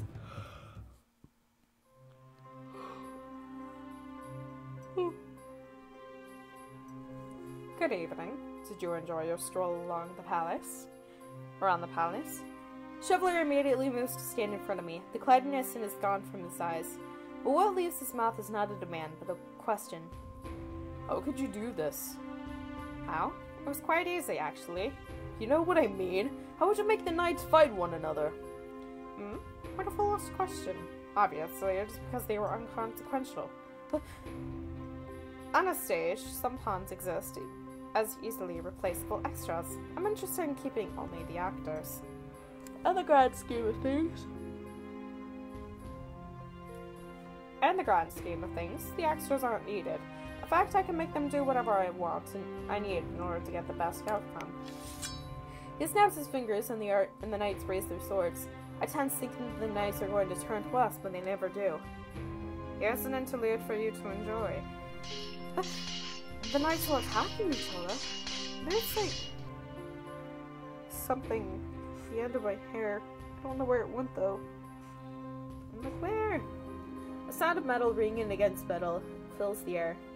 The knight's swords arc, dive, and stab. Mithras watches from behind them, a sly smile never leaving his lips. The 2 of us can only stand there, stunned into silence. It isn't long before we can see red. The smell of blood begins to linger in the air as swords cut through the flesh. Abruptly, I snap to my sentence. I attempt to move forward, but Chevalier remains firmly grounded. Chevalier! I heard many things about the doctor working at the clinics. I heard that he was a volunteer who had assisted in helping the injured during the Great War. I also heard that, until just recently, he had been cursed. I knew immediately upon seeing you that you were that volunteer. I suppose it is unavoidable that you and the princess know each other, but to think he would be so close. Chevalier just stares blankly ahead. He almost looks like he's under a spell. His eyes are glazed. I continue to call his name. His eyes follow the sword movements of the knights, and he doesn't even spare me a glance. Have I unraveled the doctor? Chapter 10. Not Like Mother. Yay! We got a different ending! Okay. Chevalier, don't listen to him! Ah, just look at all those men you cannot save. All of these men dying before your eyes. Aye. Chevalier, we have to get away from here! How many people have you really saved? In the grand scheme of things, you have no talent. That's just why you sought help from a witch. Well, shit. Mithras' voice is oddly calm, and I feel some sort of presence in the air that's different from normal. A knight plunges a sword into another one's gut, causing him to lose his sword. The sword skitters across the floor, gleaming underneath the moonlight. I look desperately at Chevalier and realize that the magic is already working its way into him. He doesn't see anyone except for Mithras, who's smiling at him from behind all of the knights. I glance at the sword, remembering what Chevalier taught me. Mithras is ungodden right now, but I better judgment than that. And I told Chevalier that I was going to stay clear of the burden of taking someone's life. I have a promise to keep. I gazed up at Chevalier and realized that this was how he looked like every time he regained a memory, like he was stuck in his own mind. There's only one thing I can think of to get him out of his trance. I clenched my hands into a fist, and I punched Chevalier in the face. Ow! God's my face! Impossible! Chevalier's eyes clear when he looks at me. I can tell he's distraught, but his eyes are seeing the present. Sorry, I thought I lost you. I suppose I needed that, didn't I? Chevalier smiles sheepishly. It's fleeting, but gone by the time we both turn to Mistress again.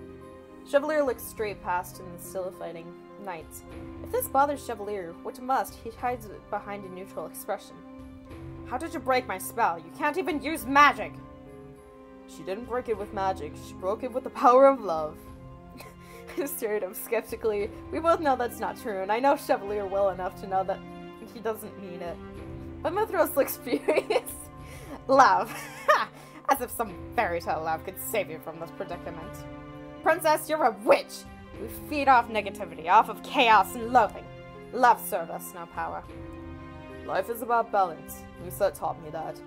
And though I might not be able to uphold a balance of negatives and positives myself, I'm at least going to try. You could try to do the same. Maybe look beyond your depressing life and start reaching for something that gives you happiness.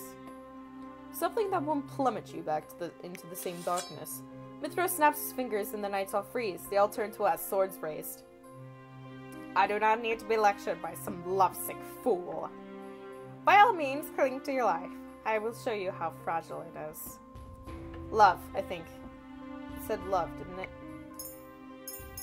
Hell, I chose the wrong option. Hold on. By all means, cling to your love. I will show you how fragile it is. Witches do not need love. Mithros holds out his hands and the knights begin their steady, deadly march towards us. Chevalier takes my hands and pulls me back.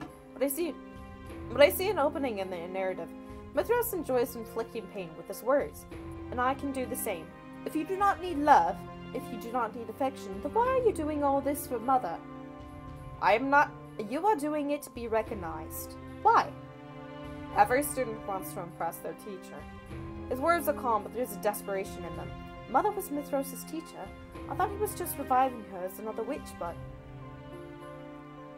Do you know Mithros? It was a long time ago. We both shared the same teacher. Teacher? Wait. Waltz, are you a witch, yeah. Waltz was Mother's student? No, I cannot think about that now, but I can use this to my advantage.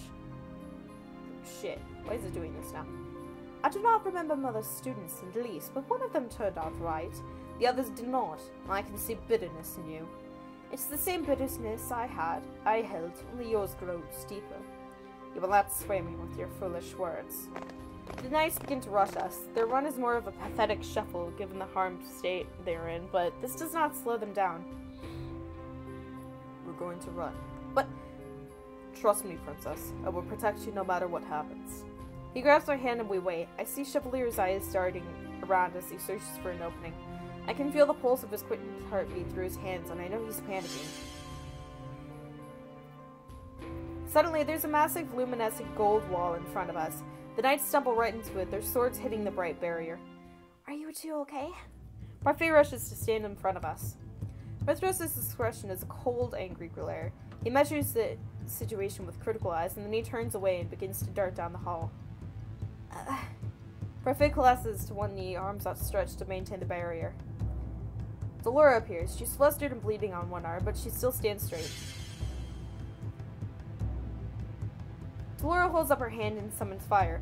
Put down the shield, Parfait. I have this. Parfait releases the shield, and the magic projectiles shoot out at the knights. The two edge the knights back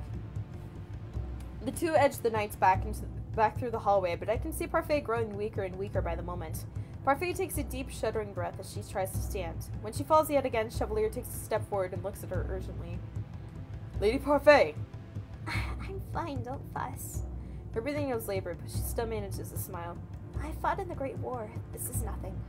She looks at me and Chevalier. You two need to leave. But you're...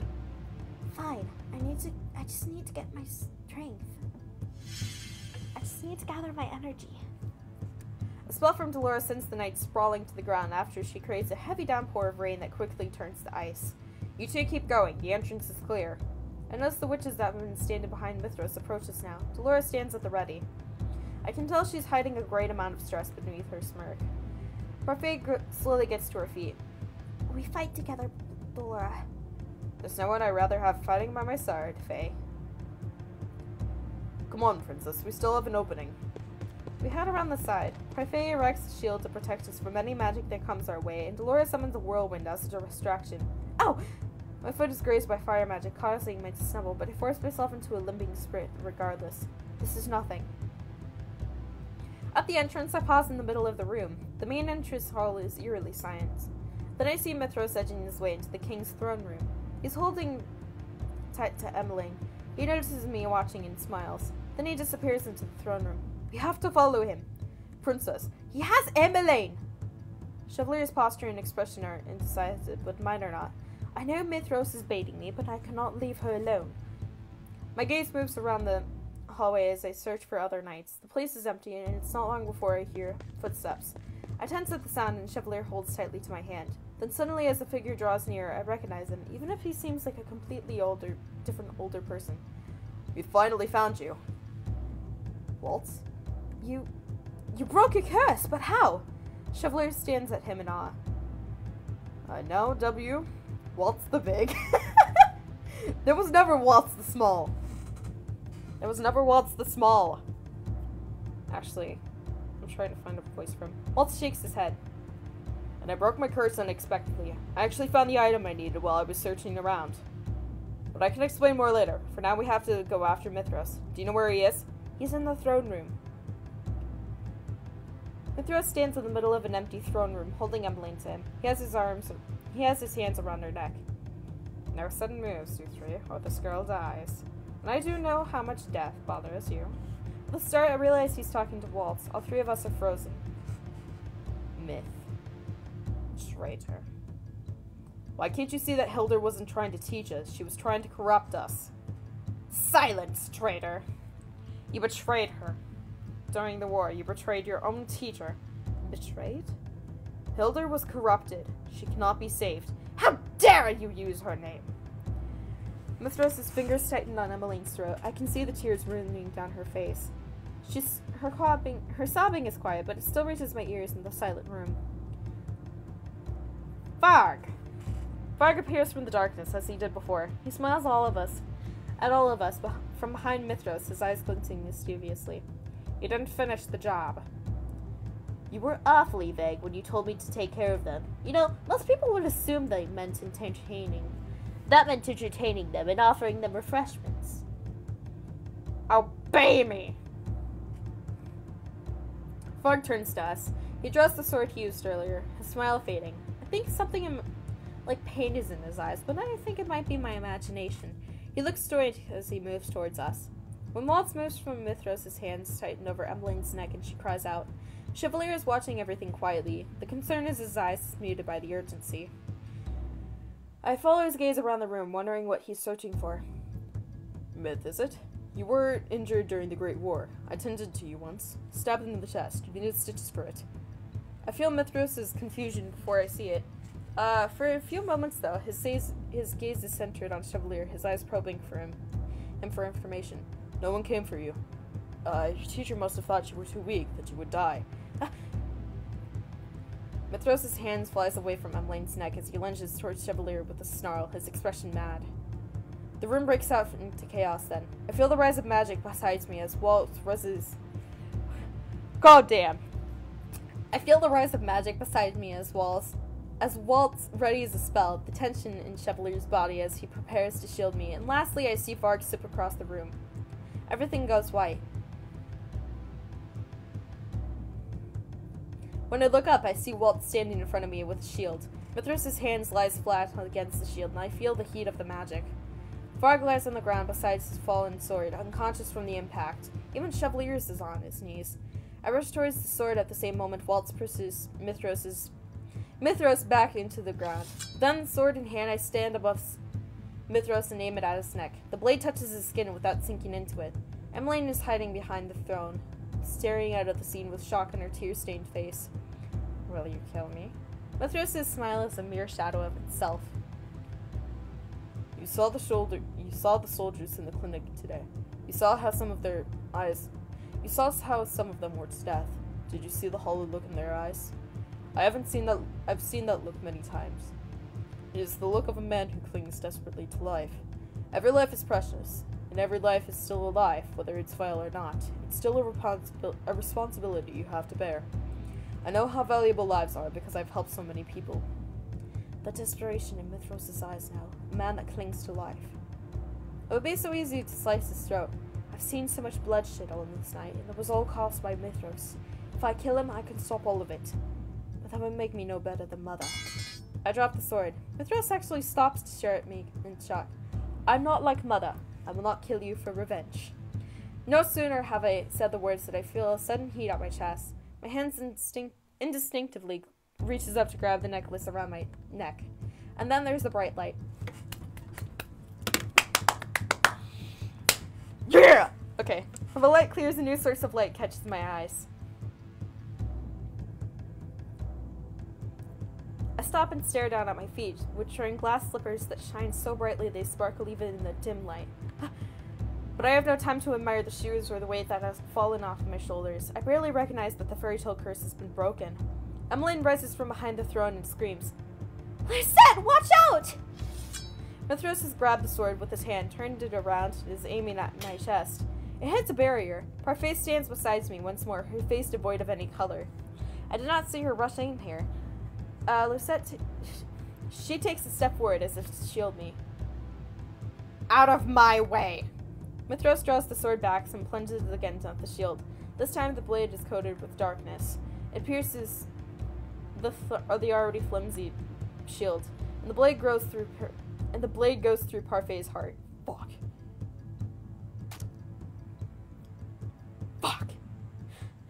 Parfait! Parfait grabs the blade and narrows her eyes at Mithros. I'm sorry Hilda did not appreciate you. Something swells inside of me as I stare at Parfait. The sword is so impaled in her, and I can see her eyes so glassy. I cannot speak, cannot breathe. Waltz rushes forwards with his magic and pins Mithros forcefully to the ground. He raises his hand, but it never comes down in time. A sword strikes past his shoulder, right at Mithros' neck. When I turn, it is Chevalier that's holding it. His body shakes as tears run down his cheeks. Mithros holds the sword as Chevalier holds up the blade and throws it behind him. Out of the corner of my eyes, I catch a movement that can only be Bark, but I do not care. But, Lady Parfait, do not move. We can take the sword out. I see hopelessness in Chevalier's expression, and I know that whatever wound Parfait took was lethal. I can see it in his eyes. I can see it in Parfait's. There is no fuss. When Parfait falls, Waltz grabs her and puts his hand to the hilt of the sword. Chevalier crumples beside her. He stares at the blood staining her dress with sorrow. I start to cry. Lisette, do not regret this. I'm proud of you. The room is quiet, even with the newcomers that arrive. The king, the knights, and Karma watch the scene from the sidelines, all with grim looks on their faces. The last to arrive is Delora, who sits down beside Parfait with her lips pulled into an uptight frown. Her face is stern, but I can tell it's a mask. Parfait. That doesn't suit you. That doesn't suit you, Delora. I told you to stay back! Had I not been in here at the time, the princess would have... Her words fall apart as she begins to cough. Delora leans over and shakes her head. I'm sorry it didn't come sooner. Everything it says, it should be Delora. Parfait cranes her neck to look up at me. I have away your tears, Lisette. But you was a good deed. You spared a man's life. But Life is not a fairy tale. Humans are good and bad. No, it isn't. The fear of death makes life even more valuable. Do not worry, princess. I chose this. Her face smiles. It is mystifying to see her smile when her body is slowly crumbling away in Waltz's grasp. Parfait's body is what gives out first. Her eyes go next. They only remain focused on me, still smiling. Her body begins to glow as her body slowly fades away. Parfait! Parfait! Delora turns away. Even if she's not shedding any tears, it's clear that she's heartbroken. She closes her eyes and releases a shaky sigh. Sweet dreams, my friend. I do not know how long we all stayed in that room, mourning the loss of Parfait. Karma, Jurian, and Garland eventually spread out to search for any remaining danger. At some point, they returned with the king and the rest of the family. My reunion with my family is half-hearted. I do not know what to say to the people that I hated only months ago. Despite the quiet, they all take me in open arms. The king stays by my side long after the others have left. Karma and the knights return to the Martian to tell the others the news. Wolf goes to search the palace for any remaining resistance. Only Delora, Chevalier, the king, and I remain. Chevalier cries. I've never seen him cry before, but his heartbreak is my own. What happened was a nightmare, but it eventually ended. Last night, Varg escaped the throne room. No one saw where he disappeared to in all of the chaos. I'm beginning to believe that his faint was a trick.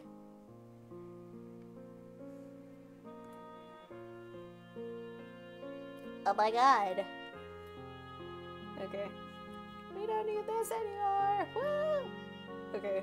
This is not this is an mini ending right now. Since the night had left everyone so tired, we were offered rooms in the palace. I came to my room with Chevalier, where the two of us attempted to comfort each other with words. Chevalier was especially shaken, being the one to kill Mithros. He was in tears for a long time.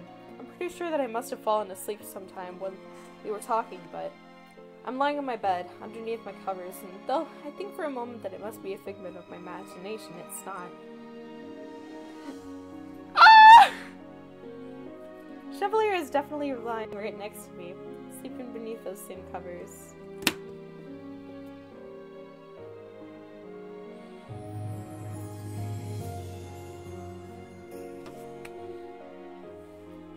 God damn, I love bed CGs, man. I don't know why, but just the sleeping face of a guy or a girl is just precious.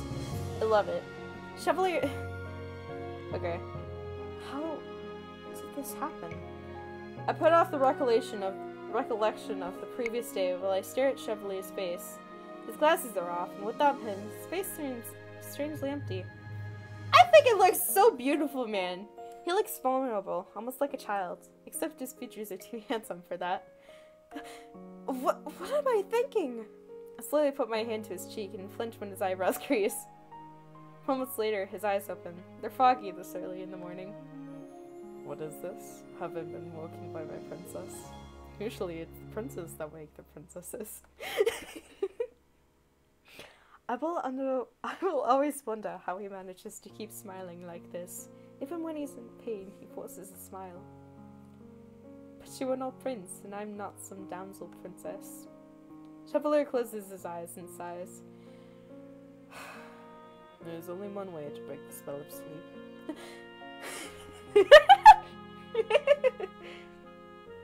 I flushes his lips curl into a mischievous smile. Still his eyes do not open. I think about what happened last night. Parfait and Mithros' death, Varg's escape, everyone else's heartbreak. Before I have to believe the burden I can afford to lose myself in some happiness. I lean forward to kiss his smile. I break away from Chevalier startled. Princess? How distressing. Waltz the Big ruins everything. Waltz the Big! God damn it. I quickly slip out of bed and Chevalier sits up and puts on his glasses with a yawn. Good morning, princess, and his eyes widen when he sees Chevalier.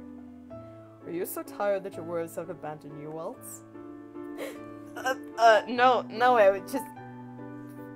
I wanted to see if the princess was doing okay. If you both were alright, actually.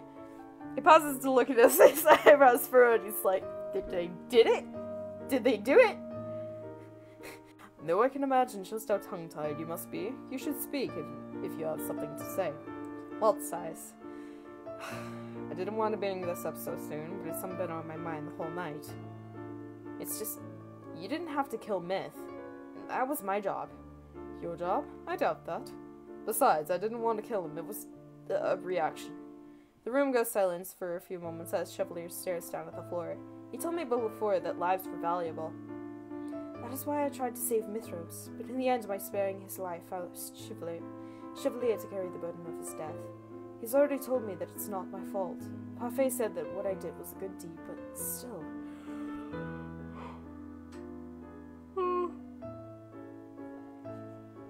Killing Mithros saved us small casualties. I hope I can convince Chevalier of that.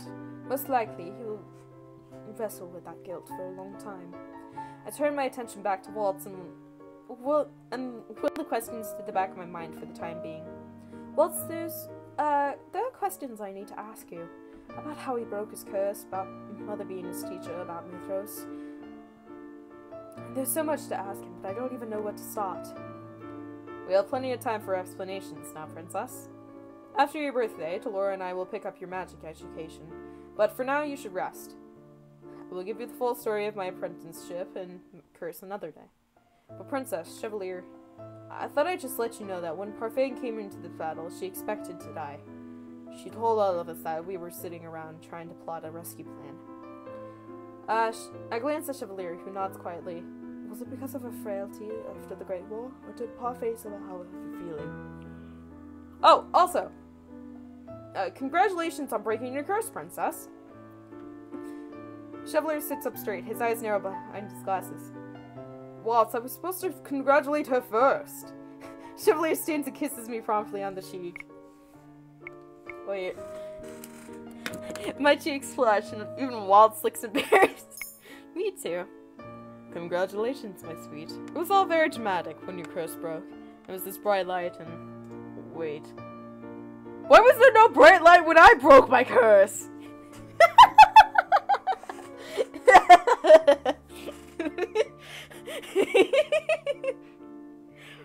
Both Waltz and I break into laughter. Burst into laughter. Chevalier just sighs dramatically. He leans against my shoulder. I do not protest. I have a feeling that getting through the memory of last night might be easier with him here. If anyone can put a smile on my face, it's Chevalier. We hope to see you again in the Martian soon, Princess. Yeah, you have like Carla, you have Aeneas, you have Waltz, you have Chevalier. I was about to call him Rumpel again. And I'm like, wait. You have Delora. Yeah, you have a lot of people there. I will be back. After all, I have friends there. Did I speak falsely? No, of course not. It's the truth. Anyway, I need to get going. I've explained what happened to your father, but you should talk with him privately soon. After everything that happened last night, speaking to the king is the last thing on my mind. But I suppose it must be done. Thank you, Waltz. And you, Chevalier, might want to ask for a guest room. But no bed is as comforting as the princess's. Oh my god! I nudged him without realizing it, but Chevalier just laughs. Wow. We promised Waltz that we will see him and everyone else in the Martian soon. Afterwards, Waltz hurries out and shuts the door. My eyes go to the edge of my bed, where something shiny catches my eyes. It's the key! Oh no, the glass slippers. What about that box, man? The glass slippers are a reminder of everything that happened yesterday. Of the fact that life just goes beyond black and white. Good and evil are subjective. At the end, life is grey, Mother. Both good and bad. But even so, even though fairy tales endings cannot exist, I still want to live my life with everyone else. Mithras centered his life around a single person. He was selfish. I will become someone better than him. Thinking about Mithras made me remember something. Chevalier, yesterday you said that you took care of Mithras during the Great War. That no one came for him. Was that true? I don't know, Lucette. He acted like it was though, wasn't it? So you never knew Mithras? No, I didn't know him at all. I don't know if I would have been able to strike him down if I did. I didn't know what burden he carried, but it seemed heavy. I only guessed what I could say to distract him. I've heard rumors of a strong witch that would abandon for many years. That may have been him, but might not have been him. So deception exists in everyone, but it's not entirely what Mother said it was. Cinderella Phenomenon. Man, this is still going, wow. 2 hours, man. My birthday's tomorrow. I sit in the throne room speaking to my father, who has listened to my tale with patience. When it's over, he looks at me sadly. I owe you an apology, Lucette. The whole time you have been on your own, and I couldn't do a thing for you. You can now, starting first by explaining what happened between you and Mother. You know she was a witch. I did. You did too, before she forcefully erased your memories. I tried reaching out to you many times when you were a child, but my efforts were met with resistance. Still, I cannot excuse myself for what I've done. I truly abandoned you, and I'm sorry for that, Lucette. I will explain the story to you if you give me time. For now, I would very much like to mend my bond with you. To be honest, the king still angers me. He only apologizes now after all of this has come to light. Whether or not I was difficult to speak to, he still had an obligation to seek me out. I'm like trying to see if my hair is longer than I need a haircut. He is still late to care, but he's still my father, and I can forgive him. I can learn to trust him again. It will take time, but I would like to mend our bond. I would also like to try speaking with Emmeline, Rod, and Ophelia, but that will also take time. The king smiled at me. It's one of the first honest smiles I've ever seen from him in years. We have time. All of the time in the world, and we will mend our family bond, I promise. As I turn to leave the room, the king calls out to me. He's going to ask about Chevalier. Lisette, I'm proud of you. More than any other father in the realm could be. More proud than any other father in the realm could be of his child. Dang it, I thought he was going to ask about Chevalier. After what happened, we searched for Fritz, but he has vanished. Mithras and Varg said that they have replaced him, but they never said anything about what happened to him. We searched endlessly, but to no avail. All I can hope is that he's safe, and that I will reunite with him again in the future. Oh, Waltz's performance today was amazing. Don't you agree, Mr. Chevalier? I agree. The ladies looked especially charming with so many lilies floating around you. Oh my! He always speaks like that, do not mind him. It's been a whole month since the events at the palace. My birthday has come and gone. Now, my life begins. I've been practicing magic with Waltz and Delora, attempting to bond with my family, and visiting the Martian when time allows me to. Ennis was overjoyed to see me visiting often. Even since Chevalier operates from here as a doctor, I visit him often. Mostly, though, he clings to me like a leech. Oftentimes I find him in my bed when I could have sworn he was sleeping in another room. So he's like a little baby. He's like a little kid. It's like, I'm afraid of the dark, hold me. I love him. Sometimes at night he has nightmares, of blood on his hands, and of Mithras' death. At those times I'm glad to be sitting right beside him, so I can promise him that things are going to be alright. And as for the fairy tale curse... What the hell? What do you guys do? What the fuck? Hold on a second.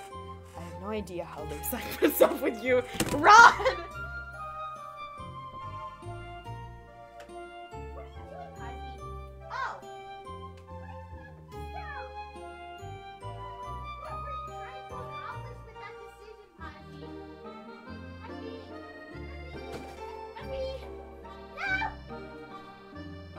Bye! I didn't need you anyways.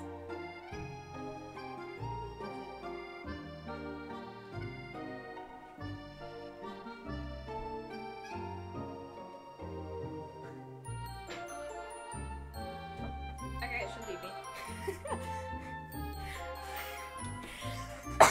Okay.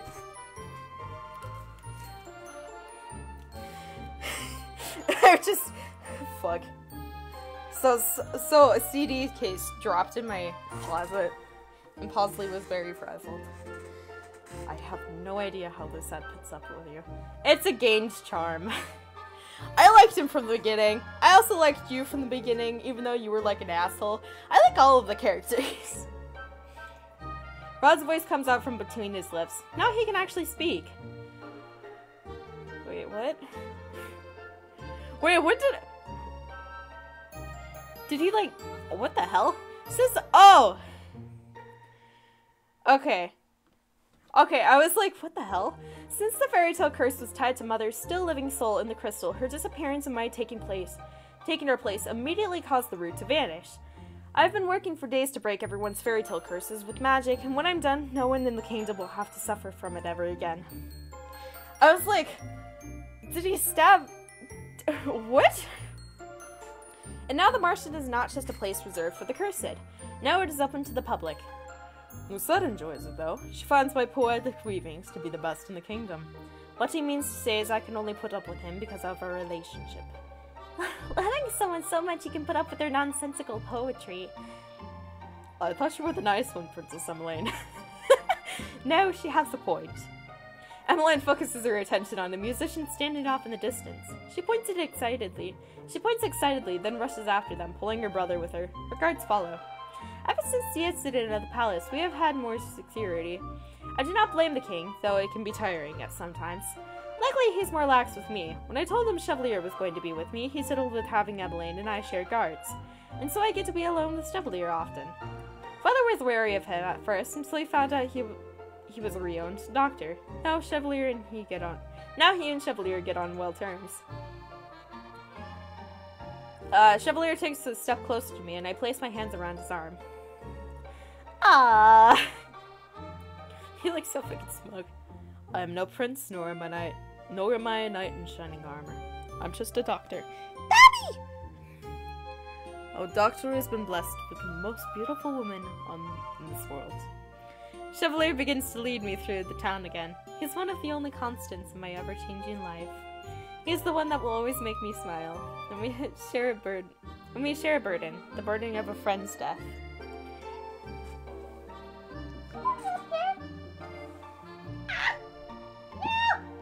Okay.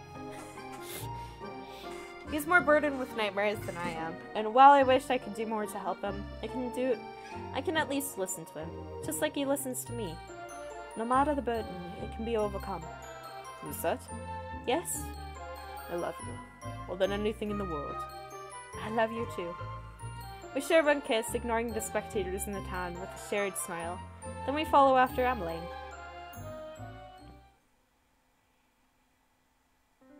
Ah, that was cute. I found that would be a good ending.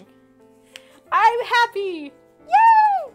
I wonder what his portrait's gonna be like. Maybe it's just gonna be of the ones that you see in the CGs. I'm not sure, man. But yay! That was the end of Rumpel's route. I could have just stopped it at like chapter 10 and be like, okay, we're not doing this anymore. But I decided to triumph because I wanted to get this done. I think we're going after Karma next. Wait, it might be Waltz. He has a Neverland curse.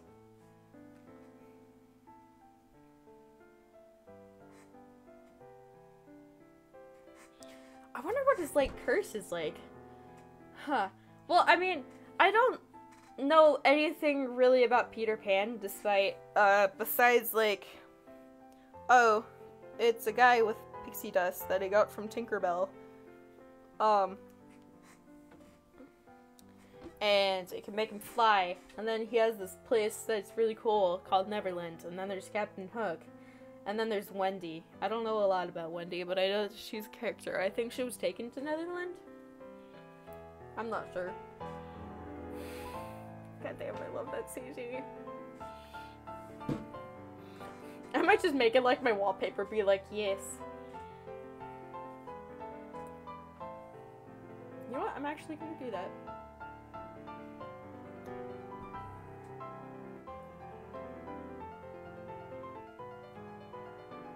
I hope this is alphabetical.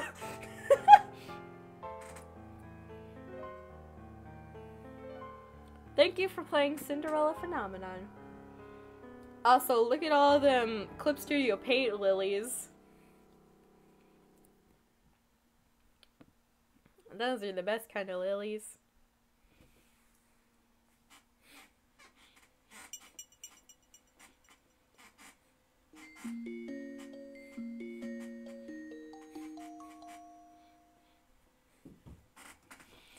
Ah, that was great. Ah! Yes, yes, yes, yes, yes! Spool of gold. I'm very happy. I'm pretty sure this is Karma. Then this is gonna be Fritz, and then this is gonna be Waltz. Yeah. I love it. Okay. I'm gonna end the stream here. I'm not sure if anybody's watching this. Thank you for watching it, if you are. The quality just fucking died, man. Oh well. Ha! I'm gonna put these all in like a playlist. These are all very unprofessional, but you know what? I don't care. It makes me happy, so I'm just like, hey, might as well be happy. What the hell did that do? Okay, so this is the end of Cinderella Phenomenon.